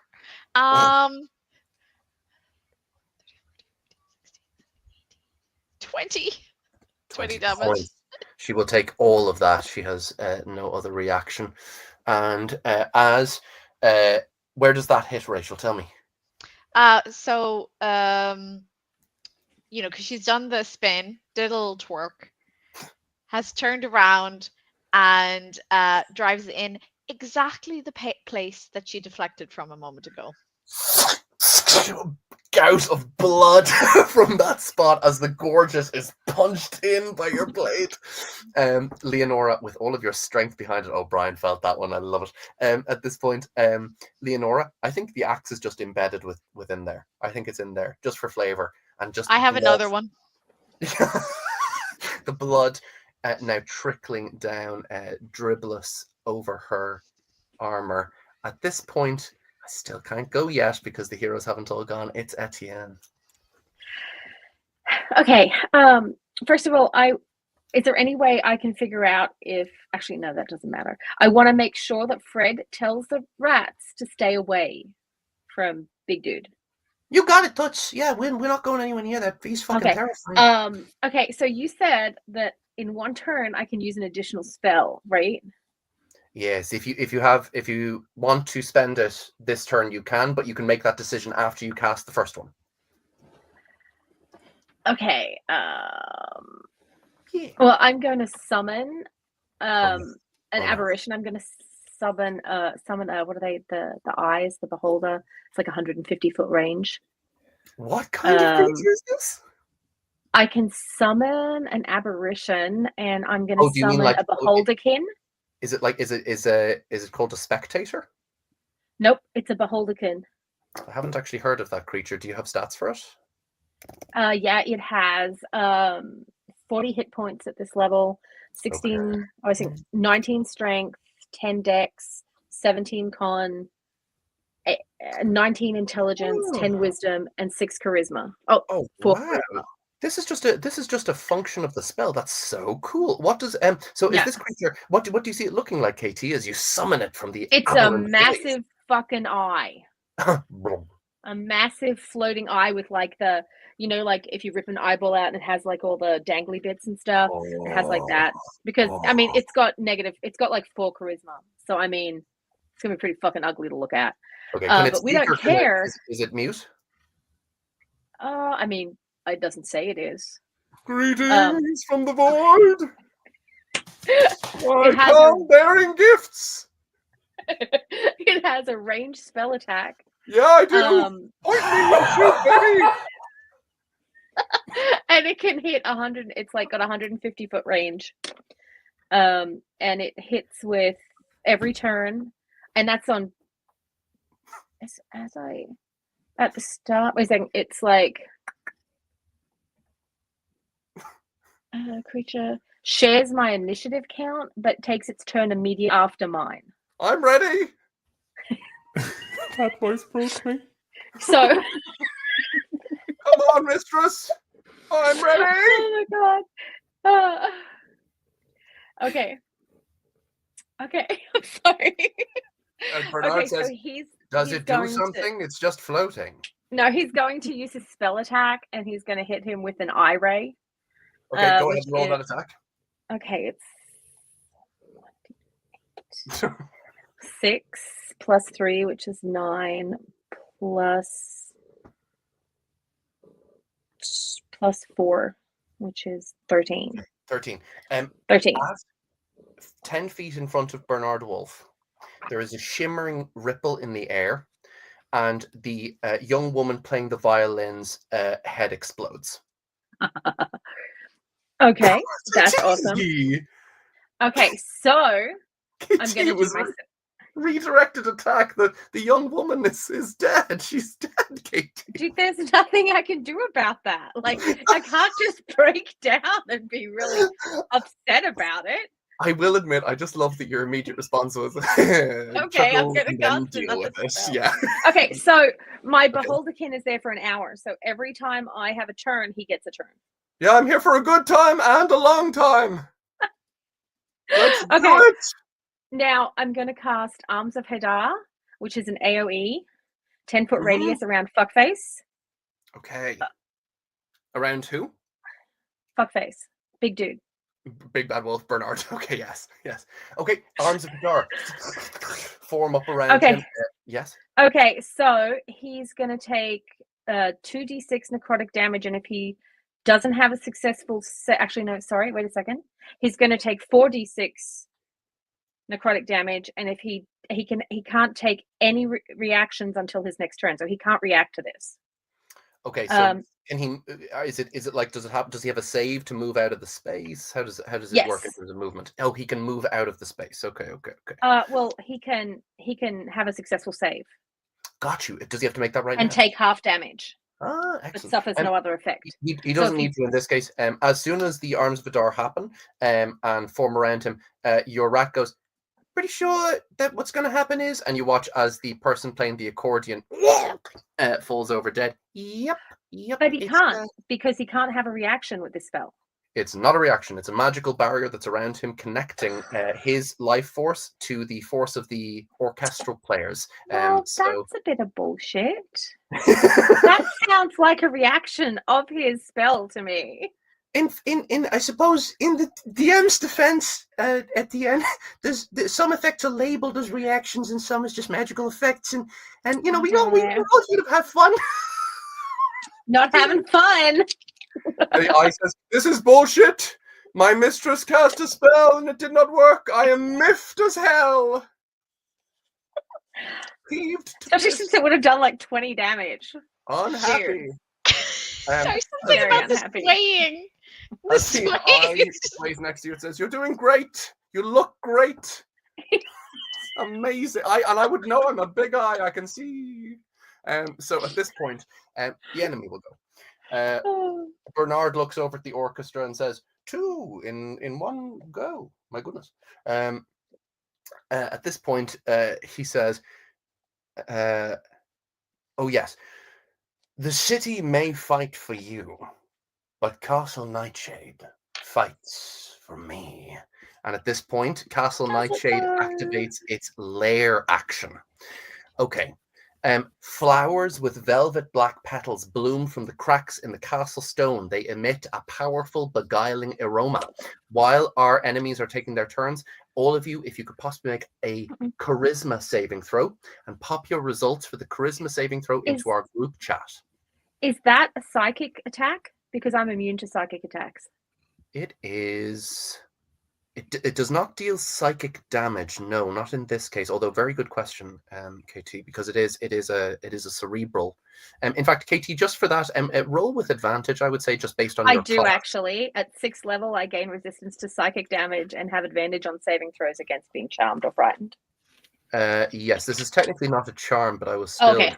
I'll still give it to you because just because based on your class. At this point, Bernard goes, "Arr!" and you watch as Rebecca is bolstered, and so is he. They both gain 25 temporary hit points. And he launches himself forward into the fray. As he lopes forward, his vulpine, or lupine rather, vulpine is foxes. His lupine speed is tremendous. And as he brings forth his rapier, he charges towards... See, his targets here are limited. He can't go for Cat Manuel, but he has the movement speed to reach all three of you. Who would you go for? I think the guy with the bazooka makes the most sense. So, Can Etienne, not Etienne, I'm not Etienne. Can Leonora see him sizing up who he's going for? Yeah. And can he yell, can she yell something like, "Oi! Bernie!" Do you say that to him? Yeah. Okay. Make an intimidation check with disadvantage. With thaumaturgy, so she can like Oh, yeah. project her voice. "Oi, Bernie!" Like really fucking Australian. There we go. And as she yells that, she adds, "Your mother was a whore!" Oh, one. I got a one. Okay. As you got a go one. to say, you actually say, "My mother was a whore," and Bernard pauses a moment and goes, "Candid but fair." Turns round and whips towards Silver with his 3 attacks. Also, by the way, I'm the only one that showed etiquette. I fucking knelt. Like, wow. Knelt with a fucking bazooka. My lowest roll there is a 30. It's 30. Correct. Oh, yeah, that hits. Okay. You take, let me see, 20... Oh, so no, hold on, that's the wrong stat. There we go. 42 points of slashing damage and 21 points of necrotic damage. You realize Okay. he's dead, right? Yes, but in my defense, shield.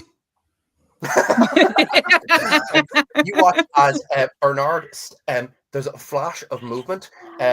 Bernard says, "My," grabs Silver, lifts him up from his kneeling position. "What big eyes you have." jabs you in both eyeballs, pops them in your skull, and drops your unconscious body, turns around and says, "Darling, did you see what I said?" And Rebecca says, "Very good, babe. I know." And Bernard finishes his turn. He says, "Your turn, darling." Rebecca Riding is going to focus on Etienne. Why? I didn't touch her. She can, let me see.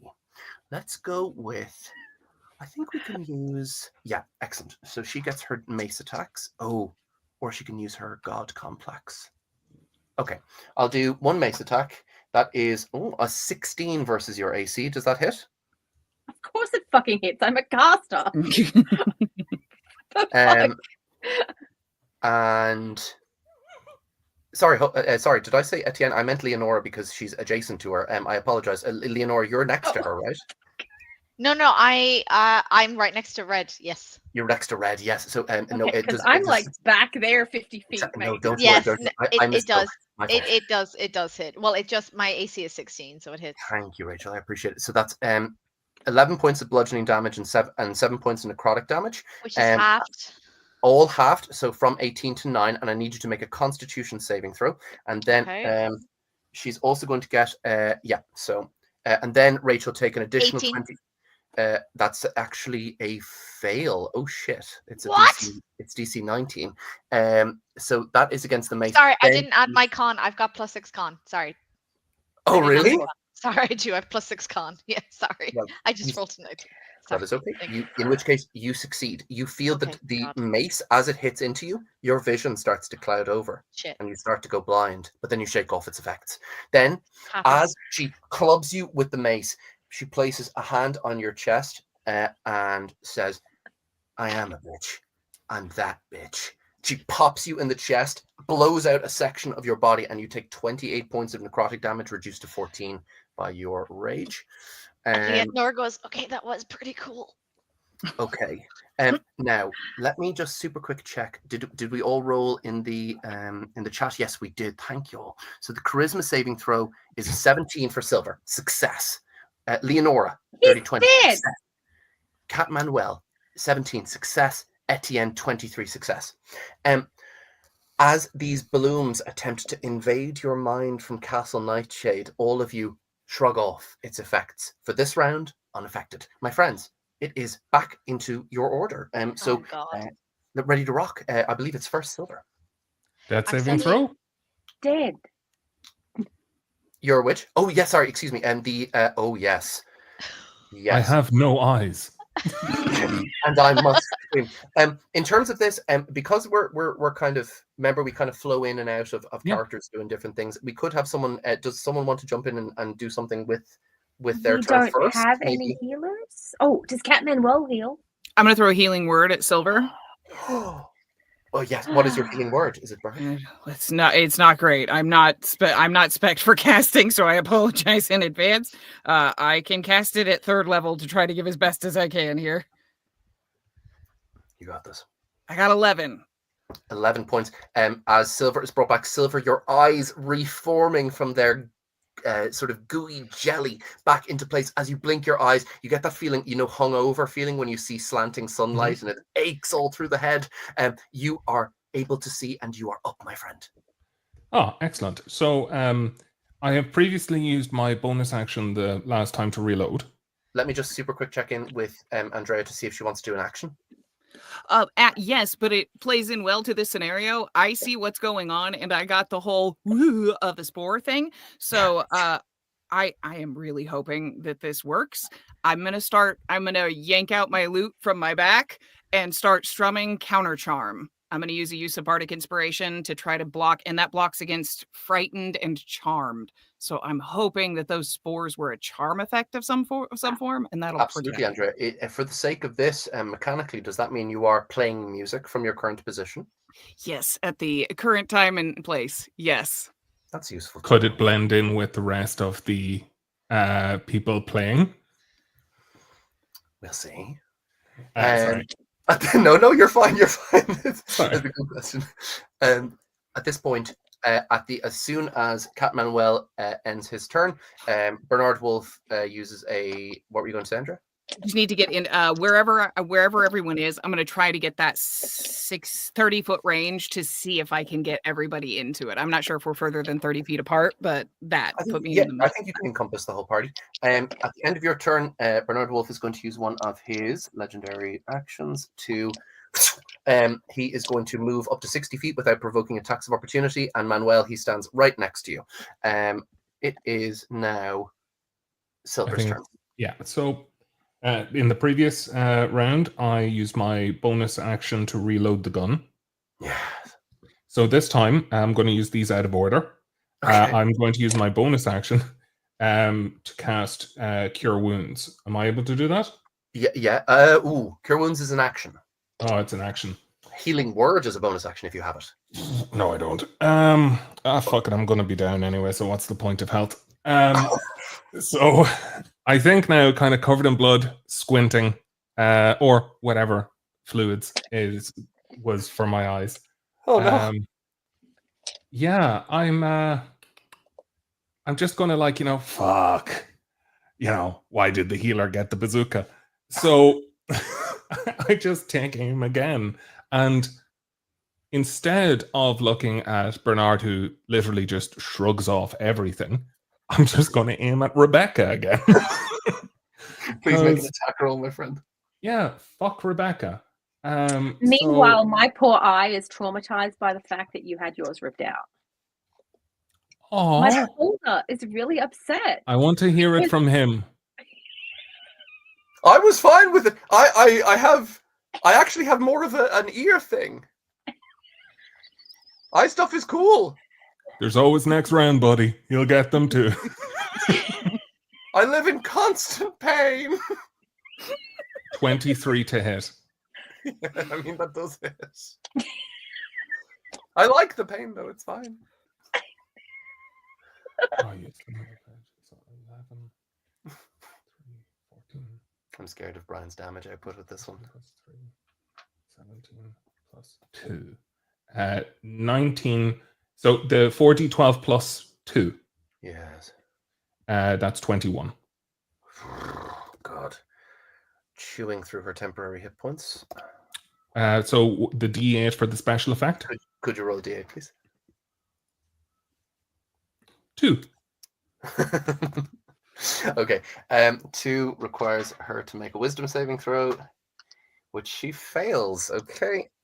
So you watch as Rebecca Riding is stunned until the end of an ally's next turn. All melee attacks against her have advantage and are crits. Okay. So... Oh, that was, by the way, that was like a bolt of electricity that crackles across her body. Bonus action. Yes. I would like to use... Would Vicious Mockery do any damage now that she's stunned, or would it only... Vicious Mockery is no, a it's only bonus melee. I thought Vicious Mockery is a main action. Oh, no, it's cantrip. So it can be... Cantrips are main actions. Oh, sorry. Yes. So then, yeah, I'll fucking reload then. And just kind of like, just be like... Ugh. If you also have any healing potions, you could also take those. I don't think I do have any healing potions. Oh, fuck. Okay. Yeah, like we did not prepare in that way. We narratively prepared. Yeah. Yes. Silver reloading his exceptional weapon sounded cleaner in my head. And at this point, who's next? Hi, Leonora. Hello. So Leonora has a very sneaking suspicion that they're all fucked. So what she does is she uses thaumaturgy to yell for anyone who's run into the hall with us to get the fuck out, to run. The orchestral folks. Well, no, but if anyone ran into the hall with us, did any of the homeless people or the rats, or did flatly no. inventors? Oh, thank God, that's fine. Never mind. That's fine. In that case, I've already pre-rolled. I hit with one. I didn't hit with the other one. And I did 17 points of damage to Red Riding with the one that does hit. 17 points. Does that become 34? Oh, sorry, Rachel, did you roll with advantage on your attacks? Oh, not the second one. Sorry, I forgot. Thank you. It's okay. Brian called it perfectly there. 18. 18 misses. Okay, so only one hits, and It was 34 points. Okay, so as she comes out of her, so you've embedded the axe in, that crumpled gore just right into the flesh and bone, with the blood seeping from the wound. What does it look like? The miss and then the hit. How does that work? So I think Leonora, it's kind of stuck there, so she kind of raises her foot and she kind of kicks Red and yanks the thing out. But because she's thrown a little bit off balance when she goes to swing, she actually misses Red because she's actually kicked her away. Ironically, she causes the miss, and then she overcorrects and she charges forward. And Leonora is very determined that if nothing else, even if she does die, Red Riding is coming down with her, and she drives it into her chest, carving right through, for a staggering 34 points. Leonora, do you have anything else you'd like to do on your turn, by the way? She whispers into Red Riding's ear. She leans over and goes, "Your boy Bernie, he's been fucking half the city behind your back." What?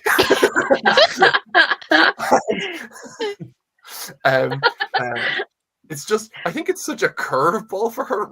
Like, I think she probably wouldn't believe it, but it's just such a curveball. Just roll a d4 for me, Rachel. D4? Oh, yeah. I think so. 4. I think she takes 4 points of psychic damage. Just sheer weirdness. She's like, just mind fuckery. What? Now listen to her, darling. I would never. You're the apple of my eye, the cream in my coffee, etc. Speaking of, at the end of his turn, he reels around and says, "Cream for the cat," and tries to stab at you, Cat Manuel. I believe he has disadvantage because you are invisible. So he is. So my lower roll there, I rolled is an 11, which he is at a plus 13 for, so 24. Oh, yeah, of course. If he's at a plus 13, he's going to have to roll below a 3. That's Manuel, I got you. In that case, I will not waste your time. I will just tell you that there is, for a moment, a flash of terrible pain from his quick flick of his blade. You take 14 points of slashing damage and 7 necrotic. Okay, 14. So 21 total? Yes, 21 total. And he says, oh, sorry, then can I have a concentration check from you on your... Yes. Because you don't immediately drop it. You get a chance to save your invisibility. Oh. Whoops, sorry. I accidentally just took those damage points twice. Okay, and then concentration check is... I'm an idiot. What's the concentration check again? Totally okay. So it's a constitution saving throw, and the difficulty class is 10 based on your damage. Thank you. Got you. Excuse me, thank you. Ooh, Manny Biffs. 1. Okay. Which doesn't. I think that means I can't even save it with what's it called? Even with the inspiration. Indeed. As you come back visible, Bernard says, "Pretty pussycat, you're going to be next. I really don't like you." That's perfectly fine. That hurt really bad, and you're a dick anyway, so I kind of expected it, to be fair. You're a dick anyway? so as Manuel purrs this out, surprisingly eloquent despite his pain, that was the end of Leonora's turn, so now we are at Etienne. Yay! Okay, so how many people does he have gathered around him? In the band, there are 20. Yes. So there were 20, and there are now 18. We're never going to get through those. Well, you could potentially do some stuff as a spellcaster, should you wish to. So, for example, Katie, if you want to think a little bit sort of circumspectly about the nature of the magical enchantment, you are a very powerful sorcerer. I would allow some fuckery, should you wish. And Bernard says, "By all means, keep killing the fucking peasants."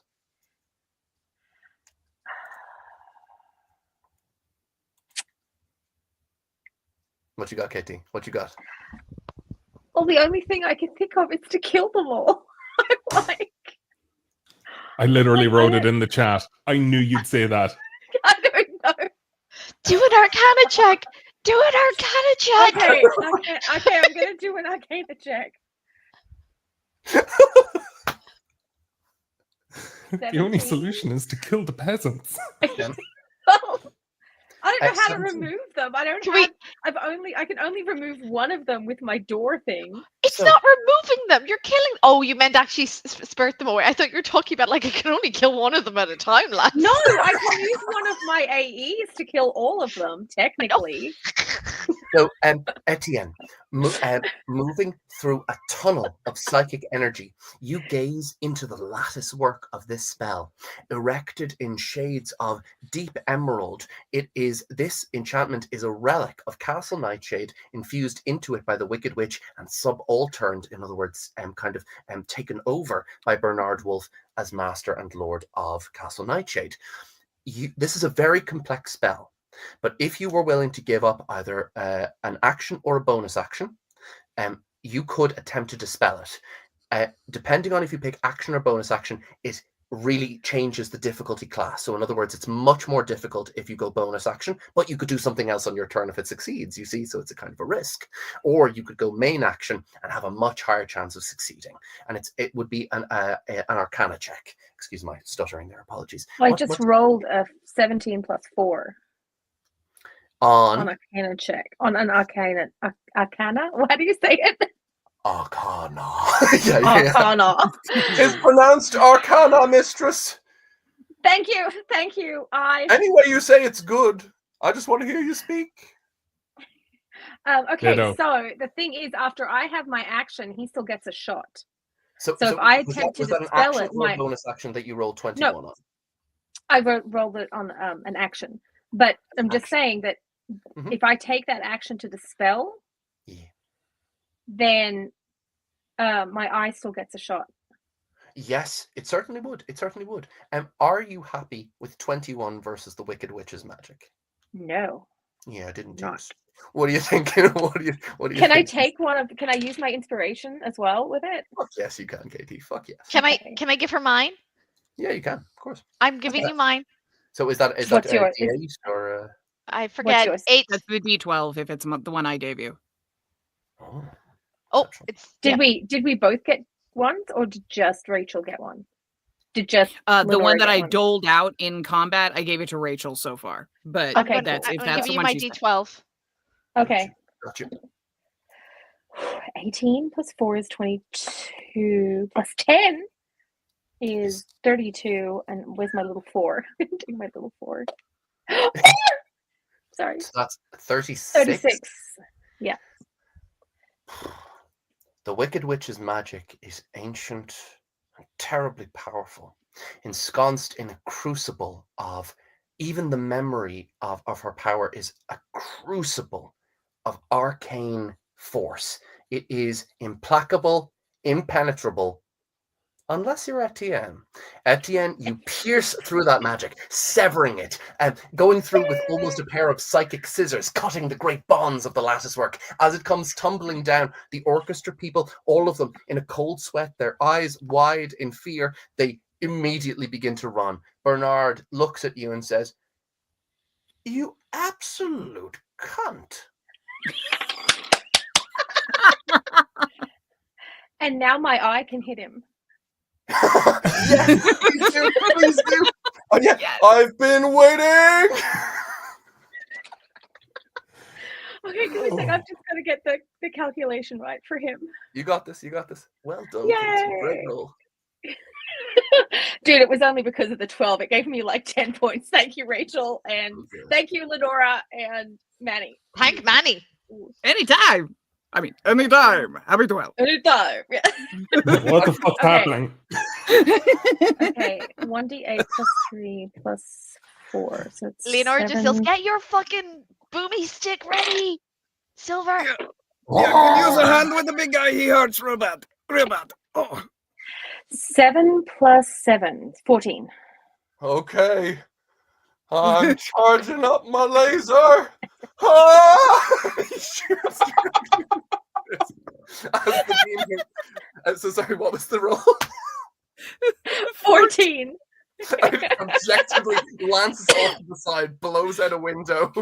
Oh no! No! No, 14 damage. 14 What did you roll damage. to hit? Oh, I didn't. God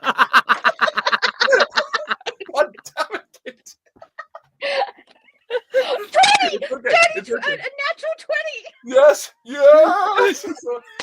So instead of 14, it does 28 points to Bernard Wolf. As Bernard Wolf is looking at you in such disdain, Etienne, the blast Punches on my hits him, butt. knocks him back, ruffles him, and as he looks down at himself, he goes, "Oh, absolutely not!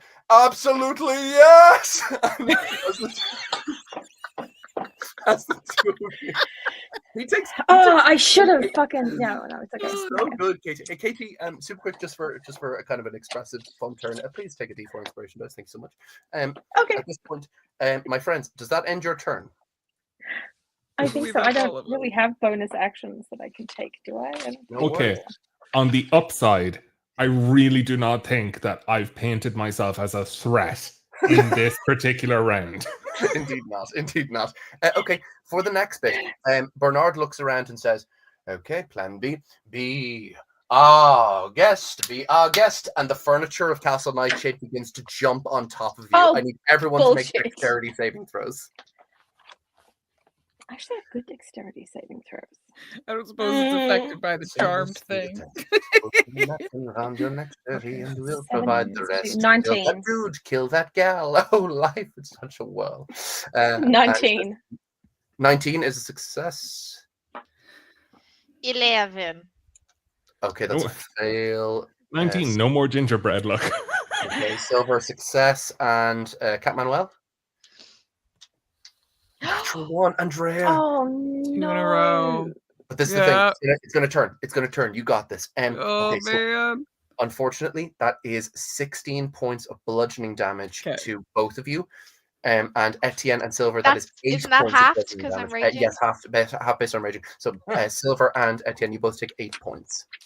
Are you okay, Brian? Are you still up? I have 3 HP. Bernard, I think he's right next to Cat Manuel, and he says, "First the pussycat, then the psychic, exquisite. All right. Whoa, that's really bad. That is 2 natural ones. I can't believe it. Okay, so here is the result of 2 natural ones. I'm actually going to give myself disadvantage on my third attack. So instead of a 29, that is instead a 22 versus your AC, Cat Manuel. Still not going to hit. Or it's still going to hit. Yeah. There's no way. 21 points of damage. How many? 21 points. Manny's down. Sorry, I was stuttering because I've only 3 HP left. I was like, silvery barbs. What does that do? Pardon? What does that do? Oh, silvery barbs. It is the Give an you additional... magically distract the triggering creature and turn its momentary uncertainty into encouragement for another creature. The triggering creature must re-roll the d20 and use the lower roll. And then that is the third natural one. Manuel, as Bernard attempts to cut you down, there is a moment of connection between you and Silver. Silver, what's that moment? Thank you for eyes. Oh, fuck. Anytime, buddy. Anytime. And it's so heavy. Then the big bad wolf is then going to use his bonus action, which I forgot about last round, and he is going to use the Stomp of the Forest. As he rears up, he says, "I'm aiming for that window. Oh, we had my face embossed into it. Come here." And he tries to punt Cat Manuel. That is a 19 versus your AC. Yeah, nope, gonna hit. Okay. So, however, the damage is not bad. Sorry, just 1 second, Jack. Manny should be able to roll again because silvery barbs, it's that you can then choose a different creature you can see within range. The chosen creature has advantage on the next attack roll, ability check, or saving throw it makes within 1 minute. So that was an attack against Manny. Yeah, it's just an attack against me. Oh.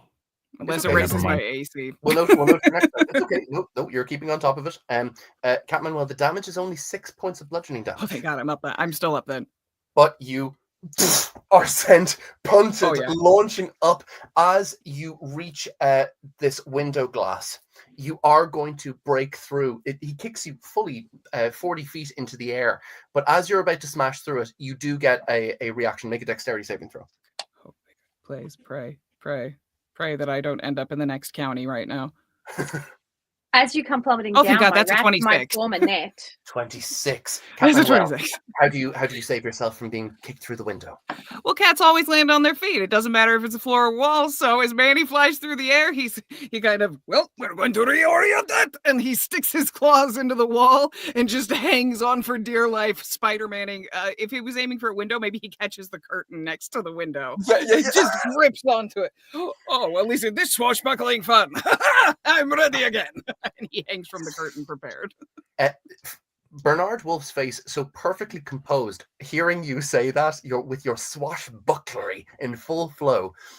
There is, I think, Silver, with your keen eye, gazing down your grenade launcher, you would notice the tiniest little snarl, a twitch of the upper lip, very doggish in quality, as this feline adversary gets the best of him yet again. At this point, Rebecca Riding is going to...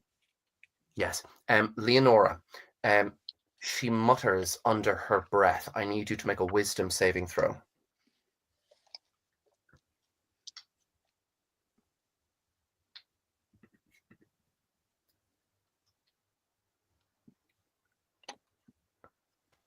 Nine. Okay, Leonora, your muscles lock in place. You are considered held. She has cast a magic spell upon you, and she does not get her full coterie of attacks, but she does get one. And against your currently immobilized form held, so that would have been a natural 1, but she rolls an 11 with advantage, thankfully. And what is her plus? Plus 11, so 22 versus your AC. Yeah, that hits. You take 18 points of damage altogether, a necrotic bit of bludgeoning, halved down to 9, and I need you... Yeah. Oh, sorry, excuse me, hold on. It's a crit against your immobilized form. God. So in actuality, that Shit. is going to be... It's the full coterie of damage then, it's 18 points. And I need you to make a constitution saving throw, please. Oh God. Okay. Rachel is very hurt now. Hang on. Weird question. Did Rebecca's stunned effect end when somebody hit her? Is that what ended it? The stunned effect is until the end of an ally's next turn. Gotcha. Okay. 15 Constitution save. 15 fails. Leonora, you are blind. So what? Your muscles lock up, and then the world goes dark. And in your ear, Rebecca whispers, "My husband loves me. And I can't believe you have the temerity to say otherwise." And it's so funny. Temerity is a big word for her.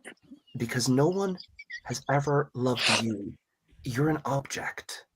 And I'm going to treat you like an object. At this point, it is now. It's once again the hero's turn. Castle Nightshade has taken its go. We are back with our coterie of heroes. Talk to me. So, you'll have noticed that I was a horrible brother just now, because within the 1 minute of things happening, I would have been able to give Rachel a reroll. But I decided, because of Silvery Barbs, the previous thing, but I decided it would be much better to give myself advantage to hit. I would like to use my boomstick. Oh, right. Rachel, she can kill, man. She's yeah. Does 23 hit Rebecca? Goodness, it does. Okay.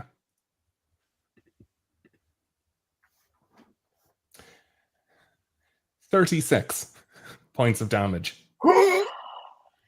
At this point, let's get your effect as well. Roll that d8 for me. That is a 2. So this is the stunned effect. Bugger. Okay, hold on. I do get a roll. I do get a save. That's my 4th natural one. I do not appreciate that. As okay, I think this is actually. Yeah, tell me, Brian, how do you envision it? This is going to stun her, and I think it's going to knock her helmet off. Talk to me about that. So I would love to say that there is some like real like catchy phrase, but I'm just fucking dying. I have 3 health points. I'm literally sprawled out. Like I'm no longer in perfect form. I'm like sprawled. It's like laying on my chest, and I'm kind of like, like fuck. And then I'm like, oh, red, dead. Redemption. Like, I think I'm a stroke victim. Like at this moment in time, where I'm just like, fuck. Sorry, horrible thing to say. So yeah. And just kind of like going for the attack, and it'd be like, kind of give a little thumbs up to my blind sister who can't see it. Oh God! First, true vinegar upon the wound for Rebecca Riding. As the payload hits, it literally the unbelievable momentum of it. It cracks her entire body to the side, jerked as if a clock pendulum by some hideous, timely force. Her body, and as the helmet goes rattling and jangling off into the corner, she stands there for a moment, her head canted hideously to one side, her eyes momentarily rolled to the whites, her hair like autumn leaves just before going brown, that deep autumnal red, her face just totally slack and stunned. Rebecca Riding she is very injured, guys. She is hurt. And Bernard, does that end your turn, Silver? So I guess then I'm trying to think, is there any form of attack that I have as a bonus action? Like I have Branding Smite, but I don't think that works. Branding Smite, is it a bonus action that you can add to your main action? You know, I'm actually, you know what I'm going to do? Yeah, I think I'm going to kind of just like croak a little bit and be like, "Urgh," and then Misty Step. And like, where do you shunt to? I shunt where they are not fucking looking. So, like, wherever they're looking at behind the throne.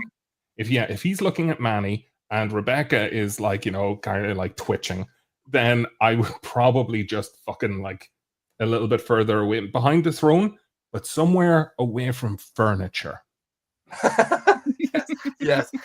The throne itself is furniture, but yeah. I like what you're saying. Yes.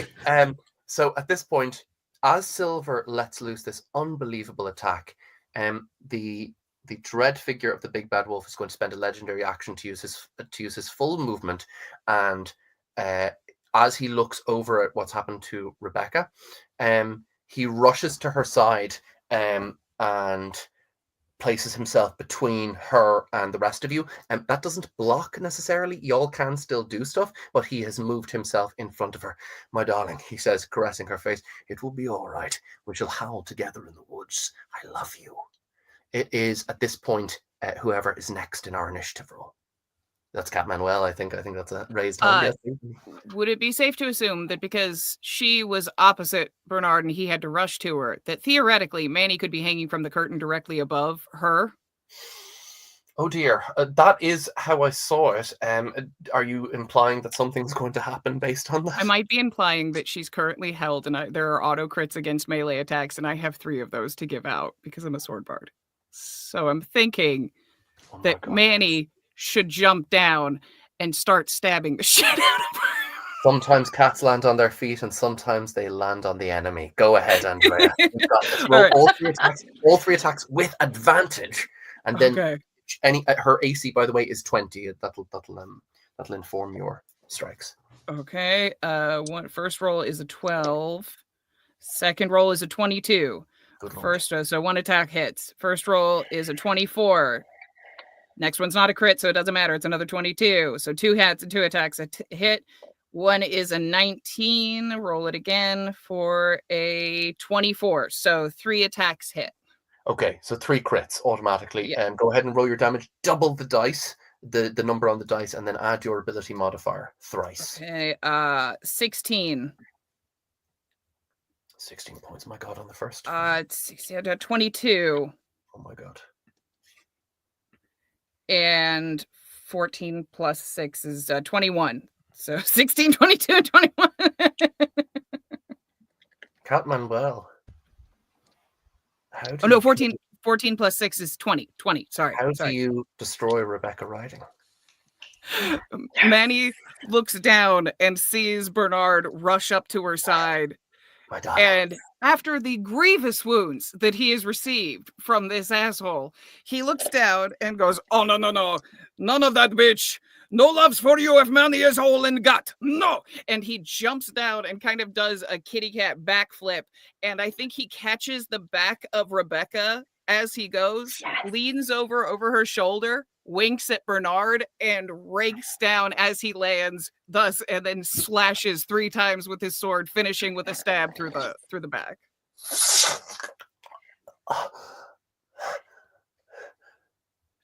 Before she can say anything, blood pours from her lips. As they look at each other, she collapses at your feet. And she And her Manny last needs word, to run. Manuel, you hear her last words. I think you're the only one.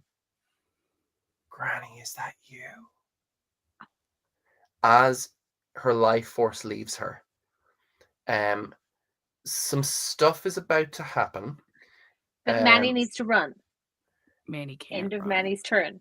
Manny needs to run. Manny is currently in melee with Bernard. He cannot run right now. Fuck. Yeah.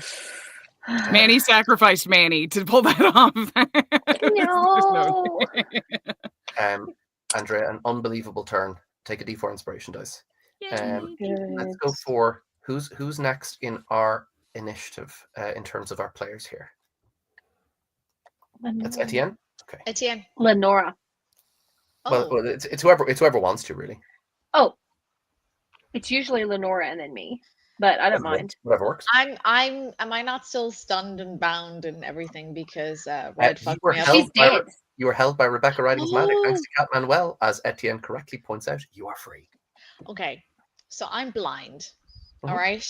So Leonora crouches down. She's got her sword in hand, and she Oh, yells, Leonora, the blindness fades with her death as well. You're okay. "Oh fuck yeah!" You're- So she just heard a lot of slashing. Yes. She heard a kick-ass one-liner from Manny. Yeah. Didn't hear anything else. So when Not a her sight gunshot? comes back, Not a gunshot, no. no, didn't hear that. That didn't matter. So when her sight comes back, she just sees Red lying dead and Bernie holding her. And so Leonora's like, oh, "Ding dong, the bitch is dead." And she charges Bernie. Okay. And so she 14, 15, 18. I don't think that hits. No. I'm going to do 2 attacks at once. Okay. One of my 2 attacks hits him. Yes, well, absolutely. Go ahead and roll Sorry, your for damage. 22. 22 damage? No, hits. To hit. That does hit, absolutely. Okay, perfect. So wait, 12. Hang on. Give me uno momento. 18 points of damage. Oh my goodness, excellent. As the axe, where's it hitting him? So I picture him, he's like kind of cradling her like Yeah. this. So she yells, "Ding dong, the witch is dead." And then just kind of brings on and is just aiming for like the back of his neck. Yeah, as it digs into the back of his neck, he, as in his body reacts, he emits no sound as the blood pours down his body, moving into his rich finery. He makes no sound. What would you like to do? I think Leonora, though she puts on a brave face, just quietly goes, "Oh fuck."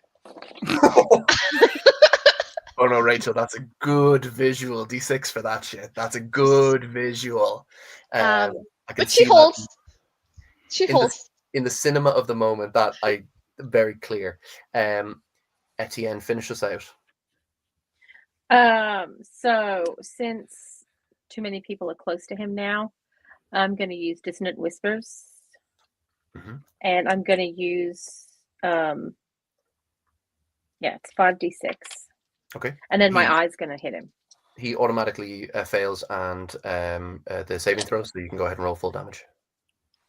22 Excellent. from me. And let me Can we get hear my the eye. beholder? Oh, sorry, he hasn't gone yet. Sorry, I just heard That was me. That was me. Okay, sorry. Go 22, and then I want to hear Yeah, the hell beholder. yeah. Yay, 22. Now let's hear my eye. 5 plus 7. 12. 12 to hit. No, 12 to... My eye wrote 12 damage. And... Your eye, did your eye roll to hit, Katie? I just did. 15 What did it get? plus 19. That's good, yeah. And as he fires out, that is going to strike for 12 points. Bernard doesn't react. He takes all that. We're so fucked. I'm using like the end of mine just to move back, so I'm only some 60 feet from him. Because Manny puffs all of his fur out. He's Yeah, ready. yes. Like, Manny makes himself as big as possible. He's still like 3.5 feet tall, but he makes himself as big as possible and just brandishes his blade, staring at Bernard. He knows what's coming. Okay. Outside, the sounds of battle are clamorous, terribly loud. And it is a sun-bright day in summer. But the windows of Tegeste Lipo's castle, Castle Nightshade, go dark. And as they do, the scents of a wood come to you, not of a clean, sweet meadow, but of a place where children get lost, where men and women walk unsafe, and to be alone is the natural state. You watch as Bernard Wolf begins to swell, his body erupting with muscle, hair coating it, his eyes bulging hideously like lambent yellow torches.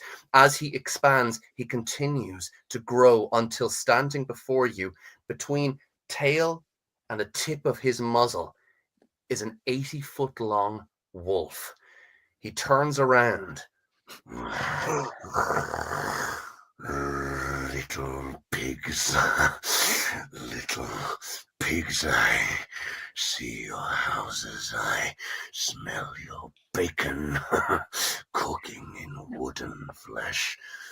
You've killed my love, and now I shall huff, and I shall puff, and I shall blow your houses down.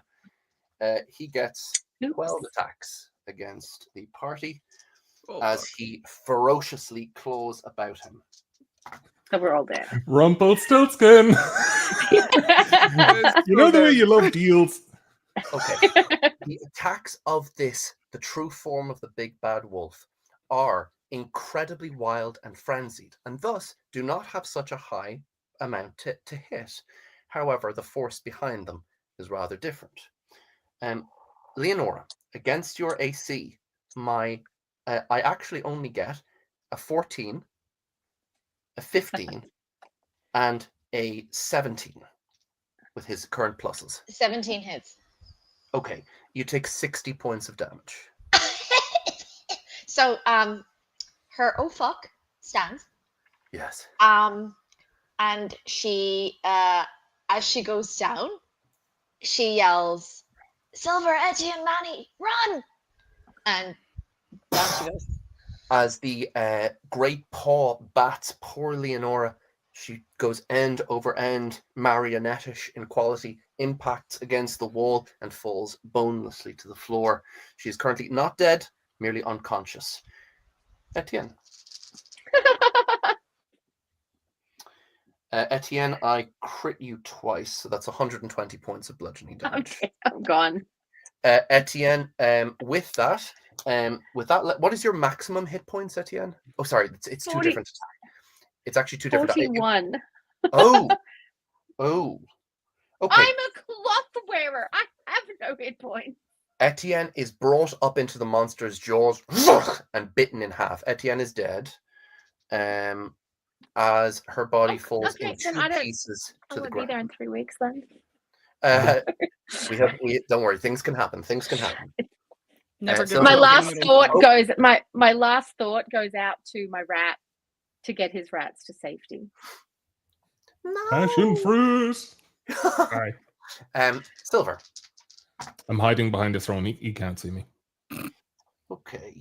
He can smell you. He's a fucking wolf. I'm Silver. fucking wood. An I'm argument wood. could be made for cover. I'm wood. They I'm like the smell furniture. trees. I think My- they can My smell highest wood. roll is a 16. Oh, that absolutely hits. If I am not allowed to use shield. Why would you not be allowed to? Oh my god! Yes, I use shield. As the creature's tail towards you, as it comes to strike down behind the throne, Silver erects a shield directly above him. Cat Manuel, the final attack from the big bad wolf is simply to part his slobbering jaws and howl directly atop you. That is very bad. My highest roll is a 12. Drat. Are you serious? I rolled 3 dice. My highest roll. He Holy doesn't shit. have. He has a very low Yeah. plus to these. It just does my 60 God. damage per hit. I have like 5 hit points. I was so prepared to be dead. Yeah, none of those hit. Okay. Okay, as Like with the a silver. howl, as it moves across you, Cat You Manuel. didn't even ask me my AC. Yeah, sorry, I crit. Crit. Yeah. So, as at this point, as that moves across you, Cat Manuel, the sheer force of rage, you find it within yourself to have courage in the face of this canine horror, and you do not succumb. You're still standing. At this point, my friends, as the big bad wolf rears above the corpse of poor Etienne, the unconscious form of Leonora, Silver and Manuel, what you got? So, no, I think that the worst thing I could do is the following. Hi. 80 foot, I imagine that its asshole is a big target area. And, like, I don't know, I feel like the gun speaks to me and that this is what it wanted. Whatever other things that could happen that would protect us in times of need, I don't know. I kind of want to shoot it up at its asshole. Like, I just feel like this would be the karmic injustice. Like, I think justice being done. as the creature this thing is almost mad with grief and rage as it snuffles around in poor Etienne's insides. It is completely unfocused, and as it kind of it's even speaking to itself. My, what nice guts you have. At this point, there is a moment where the tail swishes just so. Make an attack roll. So sorry. Sorry, I just need to find my gun in my list. Okay. 24 to hit. That hits. Roll your damage.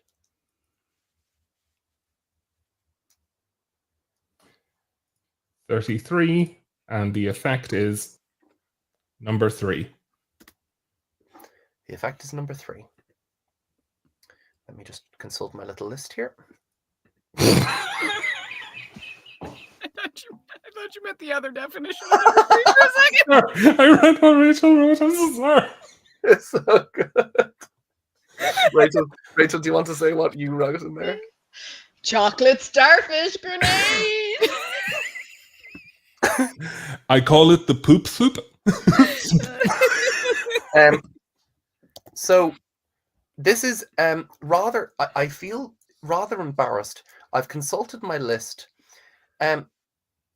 Technically, rolling a 3 is the penetrating shot.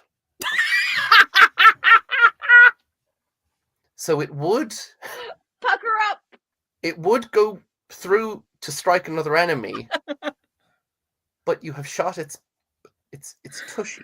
So I'm just gonna let you crit.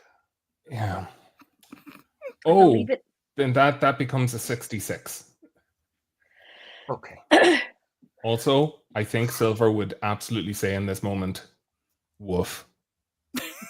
As the shot fires lance-like, as you utter that single word, so goading and powerful, as it, with a very, very spine-tinglingly squishy sound, as it pushes through the taut yet pliant anus of the big bad wolf.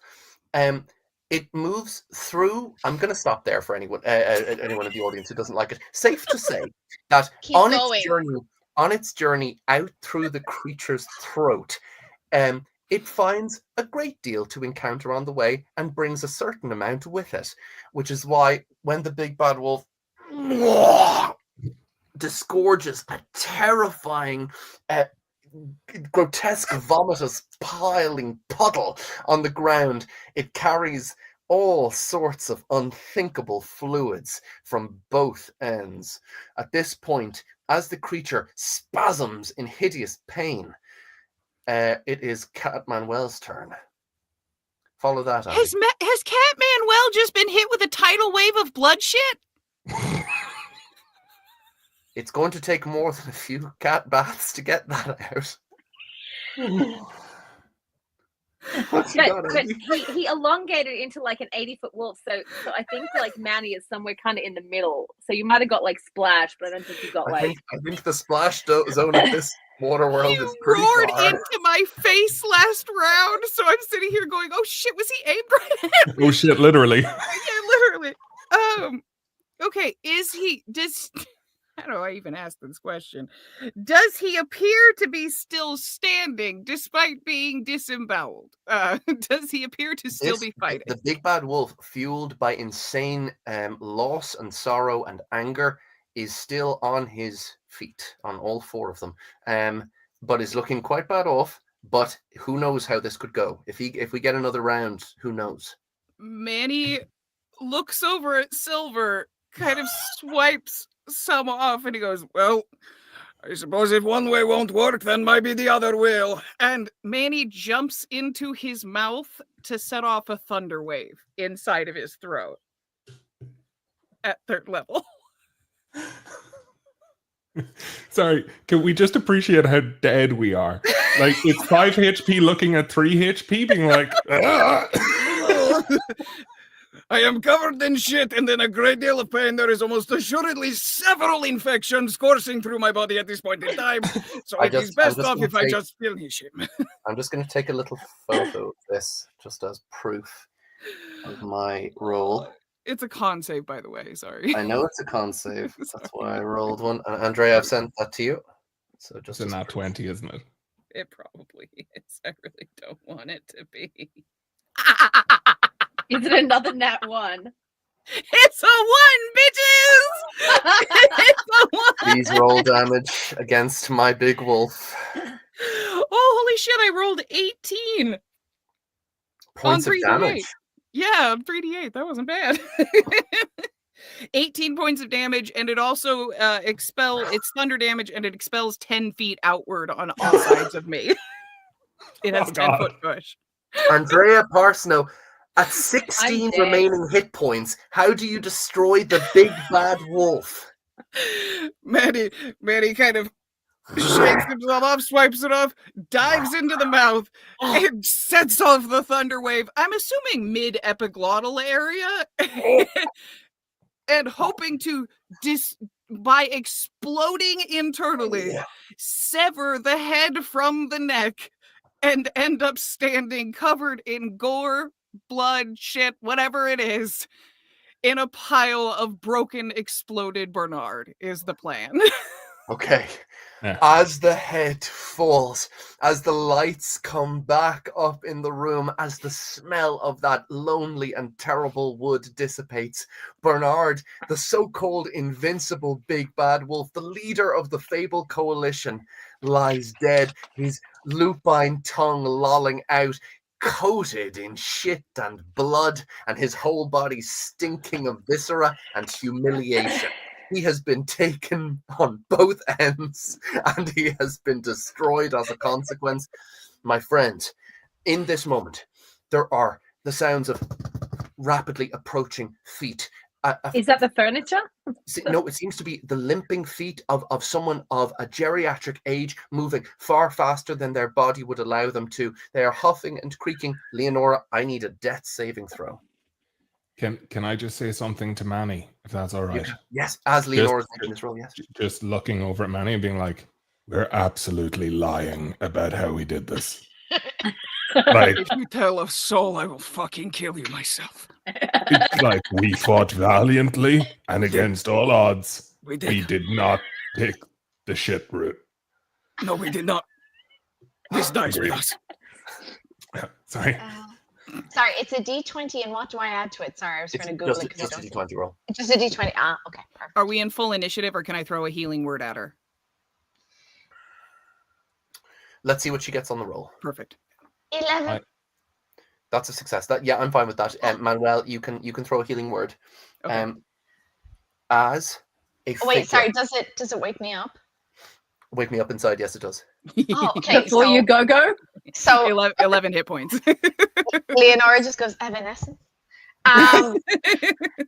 But she just wakes up and she sees Bernard and she's like, "Holy shit, you guys! Did you stab him to death?" Yes. Yes. So much stabbing. So many stabs. All the stabs. My children, I am here. Your father is here. Oh no. He looks towards the body of his daughter, Geppetto, bedraggled, smeared with grease from the mechanical automaton systems of the bobbies, blood from where his face has been cut. And as he moves over to Etienne, he says, "Quickly, Silva, Leonora, please come here. We need to bring her back quickly. It will take all of our ingenuity, and we must be quick, or else we won't be able to salvage the soul. She will come back very different. We must be quick." You know, as I much run as over. 3 HP, I can Yeah, get over it. I like limp over. I like roll if I need Manny is to. frantically casting prestidigitation on himself, the entire way over. Yeah, While yeah. he's just trying to get it off. But Absolutely, Cat Manuel. At this point, giving the family space to hopefully bring back their beloved sister and Geppetto's daughter. Okay, I'm gonna make a roll, and I'm going to film myself doing it and send it again to Miss Parsneau, just for that, just to make sure that you guys can keep me honest here. Geppetto is making a rebuild check, which is the equivalent of a kind of revivify spell that could bring Etienne back with 1 hit point. Okay. As He's an going to do artificer, can I help? That's exactly right. So he will need Silver's help, and he will need Leonora. He needs Silver's ingenuity, and he needs Leonora's strength. There's so much to do here. So could you both could Silver make Brian? I would take sleight of hand or intelligence investigation, and Leonora, could you make an athletics check, please? And you're both going to, depending on how well you do, you're going to subtract or add to this roll. 23 for investigation. 23. Yeah, 17 plus 6. That adds a +5 to your father's roll. Dirty 20. Dirty 20, another +5. Okay, so just a full disclosure here. The number that needs to be beaten here is, sorry, excuse me. Let me check the death rules. I have them at the top of my notes. Of course I do. Okay, so if Geppetto is making a repair check, you can, it's over 90. Manny has 1 inspiration left. You would like to give it? Can I give it to Geppetto? A D12. Geppetto is the +5. The DC here is 30. It's a +5, and a D12, and his own +5. So we have a 15 plus D12 and the dice roll. Okay, here goes. I'm going to start filming now. Okay, so that is. Andrea, do you mind if I send that to you? Not at all. I've got it up right now. Okay, excellent.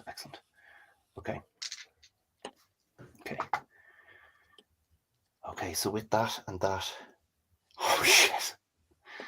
Okay. Here we go.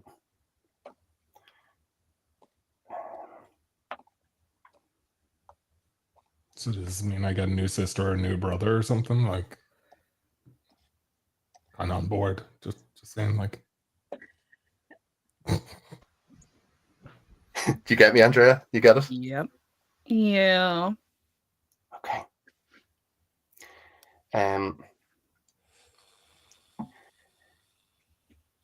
Andrea, could you possibly read the result? I don't want to say it because it's a 34. Oh, you absolute bitch.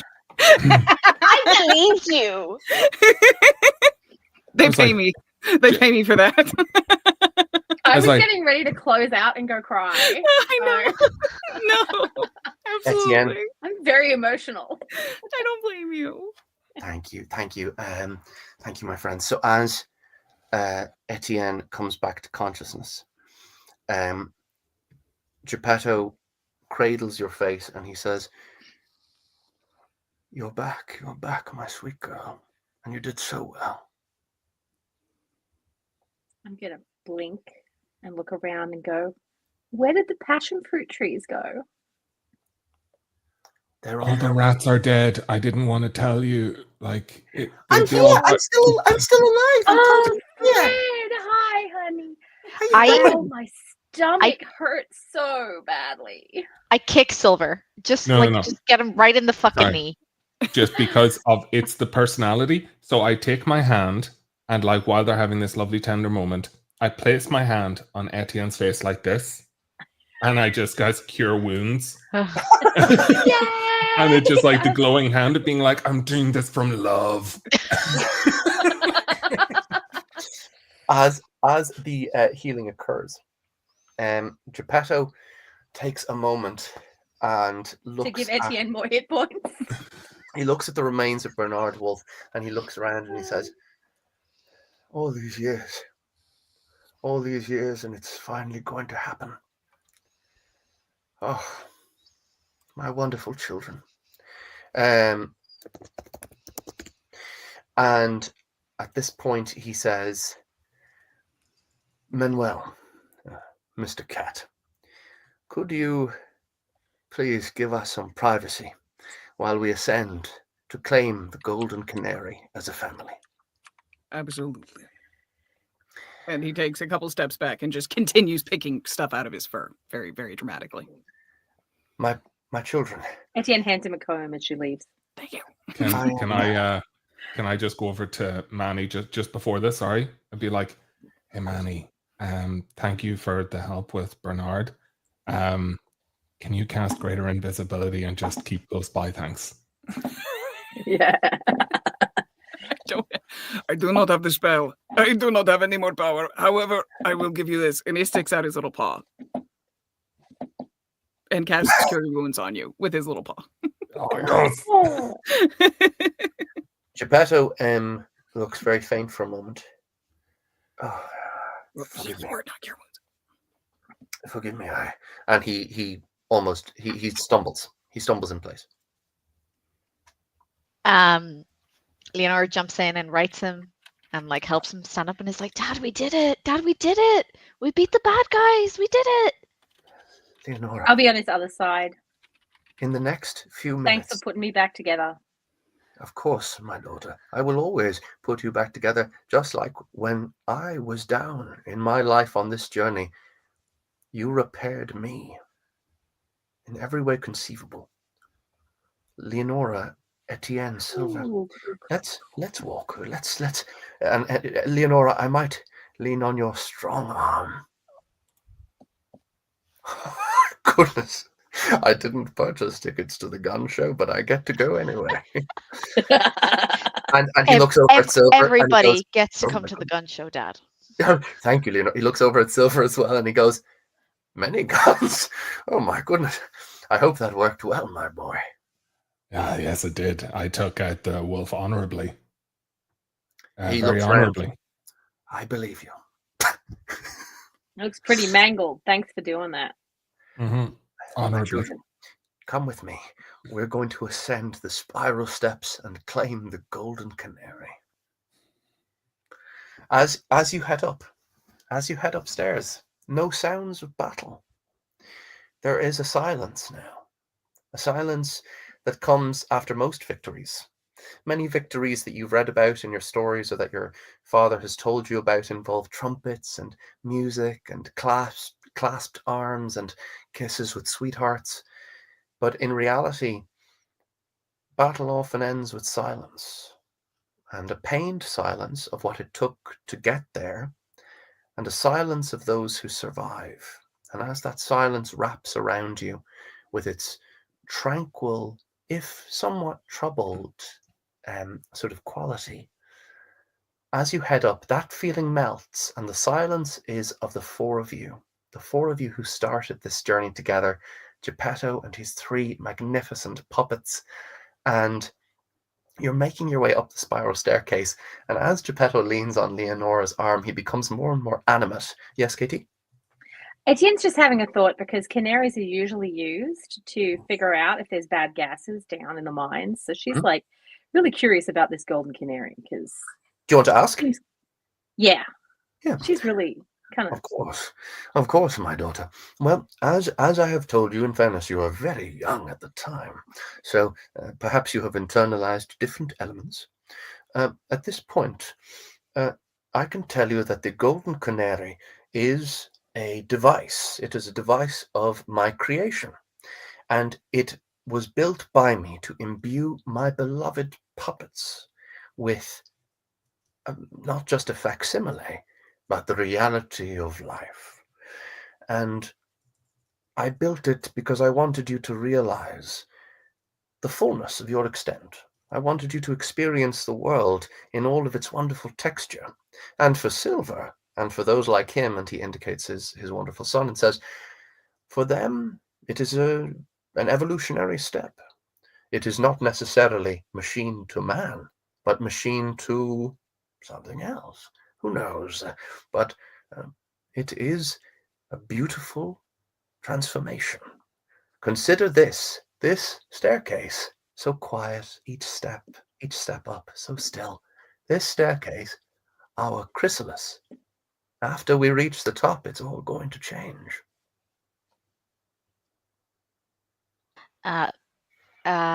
Leonora doesn't really say anything. Like, she's just trying to keep an eye on her dad, but she's really excited. Because her big thing is she's wanted to know what touch is like, what actually touching the person feels like. So she is just super excited, kind of walking up the stairs, but it knows this is a big moment for her dad, so it's just trying to keep quiet and make sure he's okay. But she's so excited for this. Okay. Anyone else want to say anything? What do you get, Father? As in, is there anything up here for you? Homecoming. Etienne shutting her mouth. I get to come home, and I get to embrace this city, and I get to hold my children close in peace. We're almost there. I still have some strength left.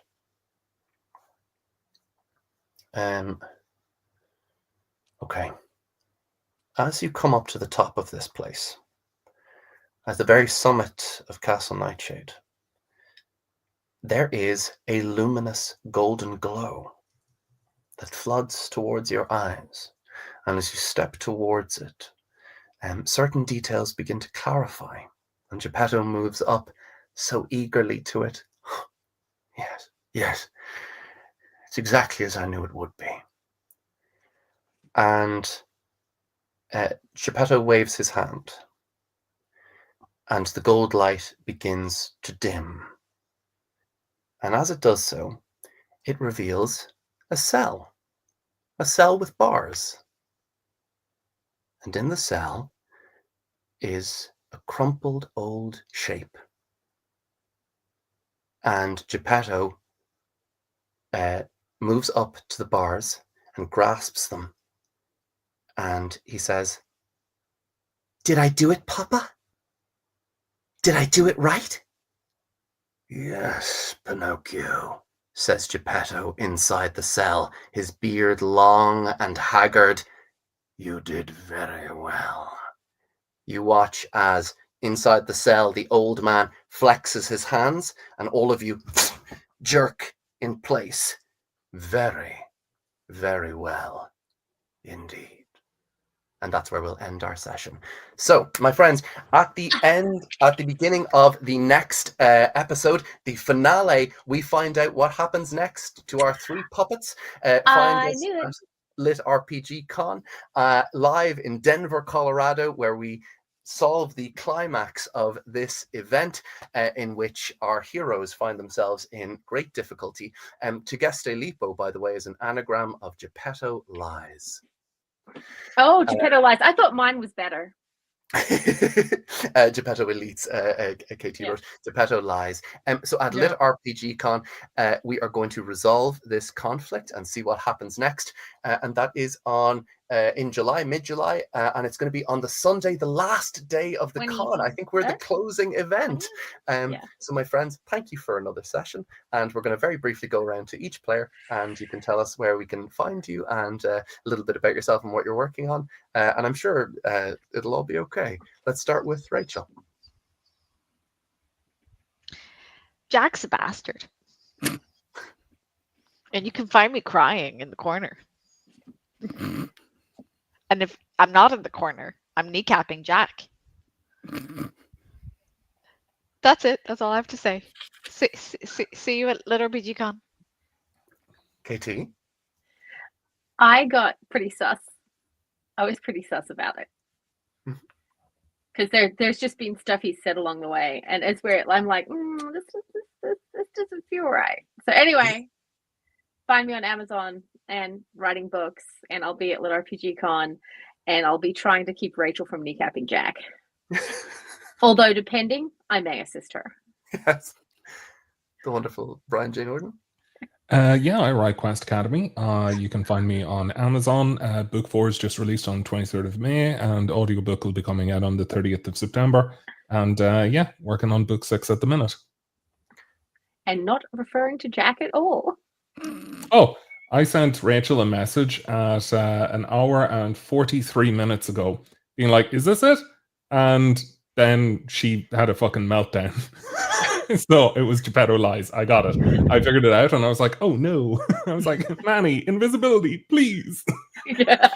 I knew too. I got it literally like 30 seconds before the end. I was like, oh no. Yep. I would never have gotten it. Ever. Hey, it's okay. I am the person, you know, when people watch things, they're like, oh my God, I saw that twist coming from a mile off. No, I'm not that person. I'm the opposite. I'm the one there going, yeah. Well, that makes me happy to a certain extent. But speaking of Manny, let's go to Andrea Parsneau, our wonderful guest star. Hello. I'm Andrea Parsneau. If you like books, I make earbooks. You can come check me out. I stream live on Discord Monday through Saturday, and you can listen anytime. I work on a lot of stuff. Andrea Parsneau. It is discord.gg/Andrea Parsneau or AndreaParsneau.com. That's it. Hell yes. My friends, thank you so much. Thank you to the wonderful audience for joining us. And thank you to Geneva for running the technical side of things. Thank you for tuning in to this campaign. I can't wait to see how it ends. Oh yeah, I am Jack Fields. I'm an author and audiobook narrator, and my trilogy, the Walking Shadow trilogy, is coming to its climax with the third novel, Scarlet War, coming out on July 11th. And the with an amazing cover.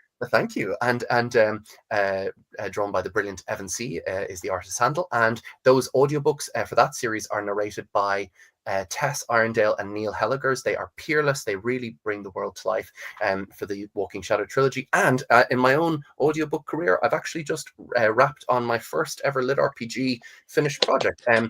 Hellbreaker, written by DeBoss Umbarogan, a terrific story about a gentleman who is unexpectedly brought down into the infinite hells and is forced to contend with them.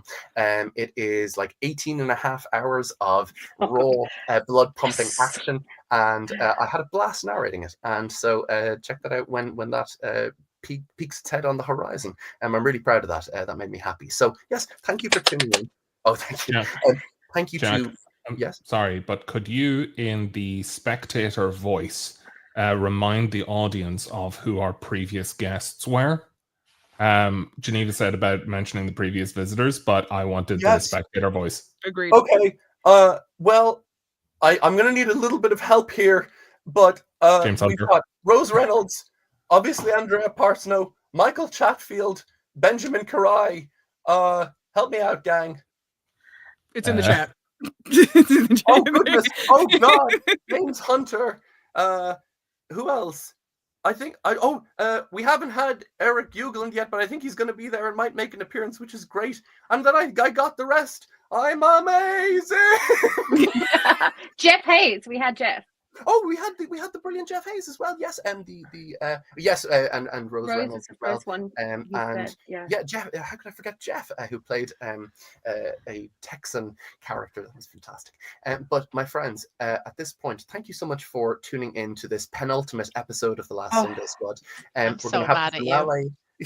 We have the finale at LitRPG Con, and we're going to see how Pinocchio's plots with his master Geppetto play out for our main characters and what they will do next to finish the series. Thank you so much for tuning in. And again, thank you to the players and to Andrea. Bye. Thank you, Jack. Thank you. Bye-bye. Wait, you must continue waving. We cannot stop.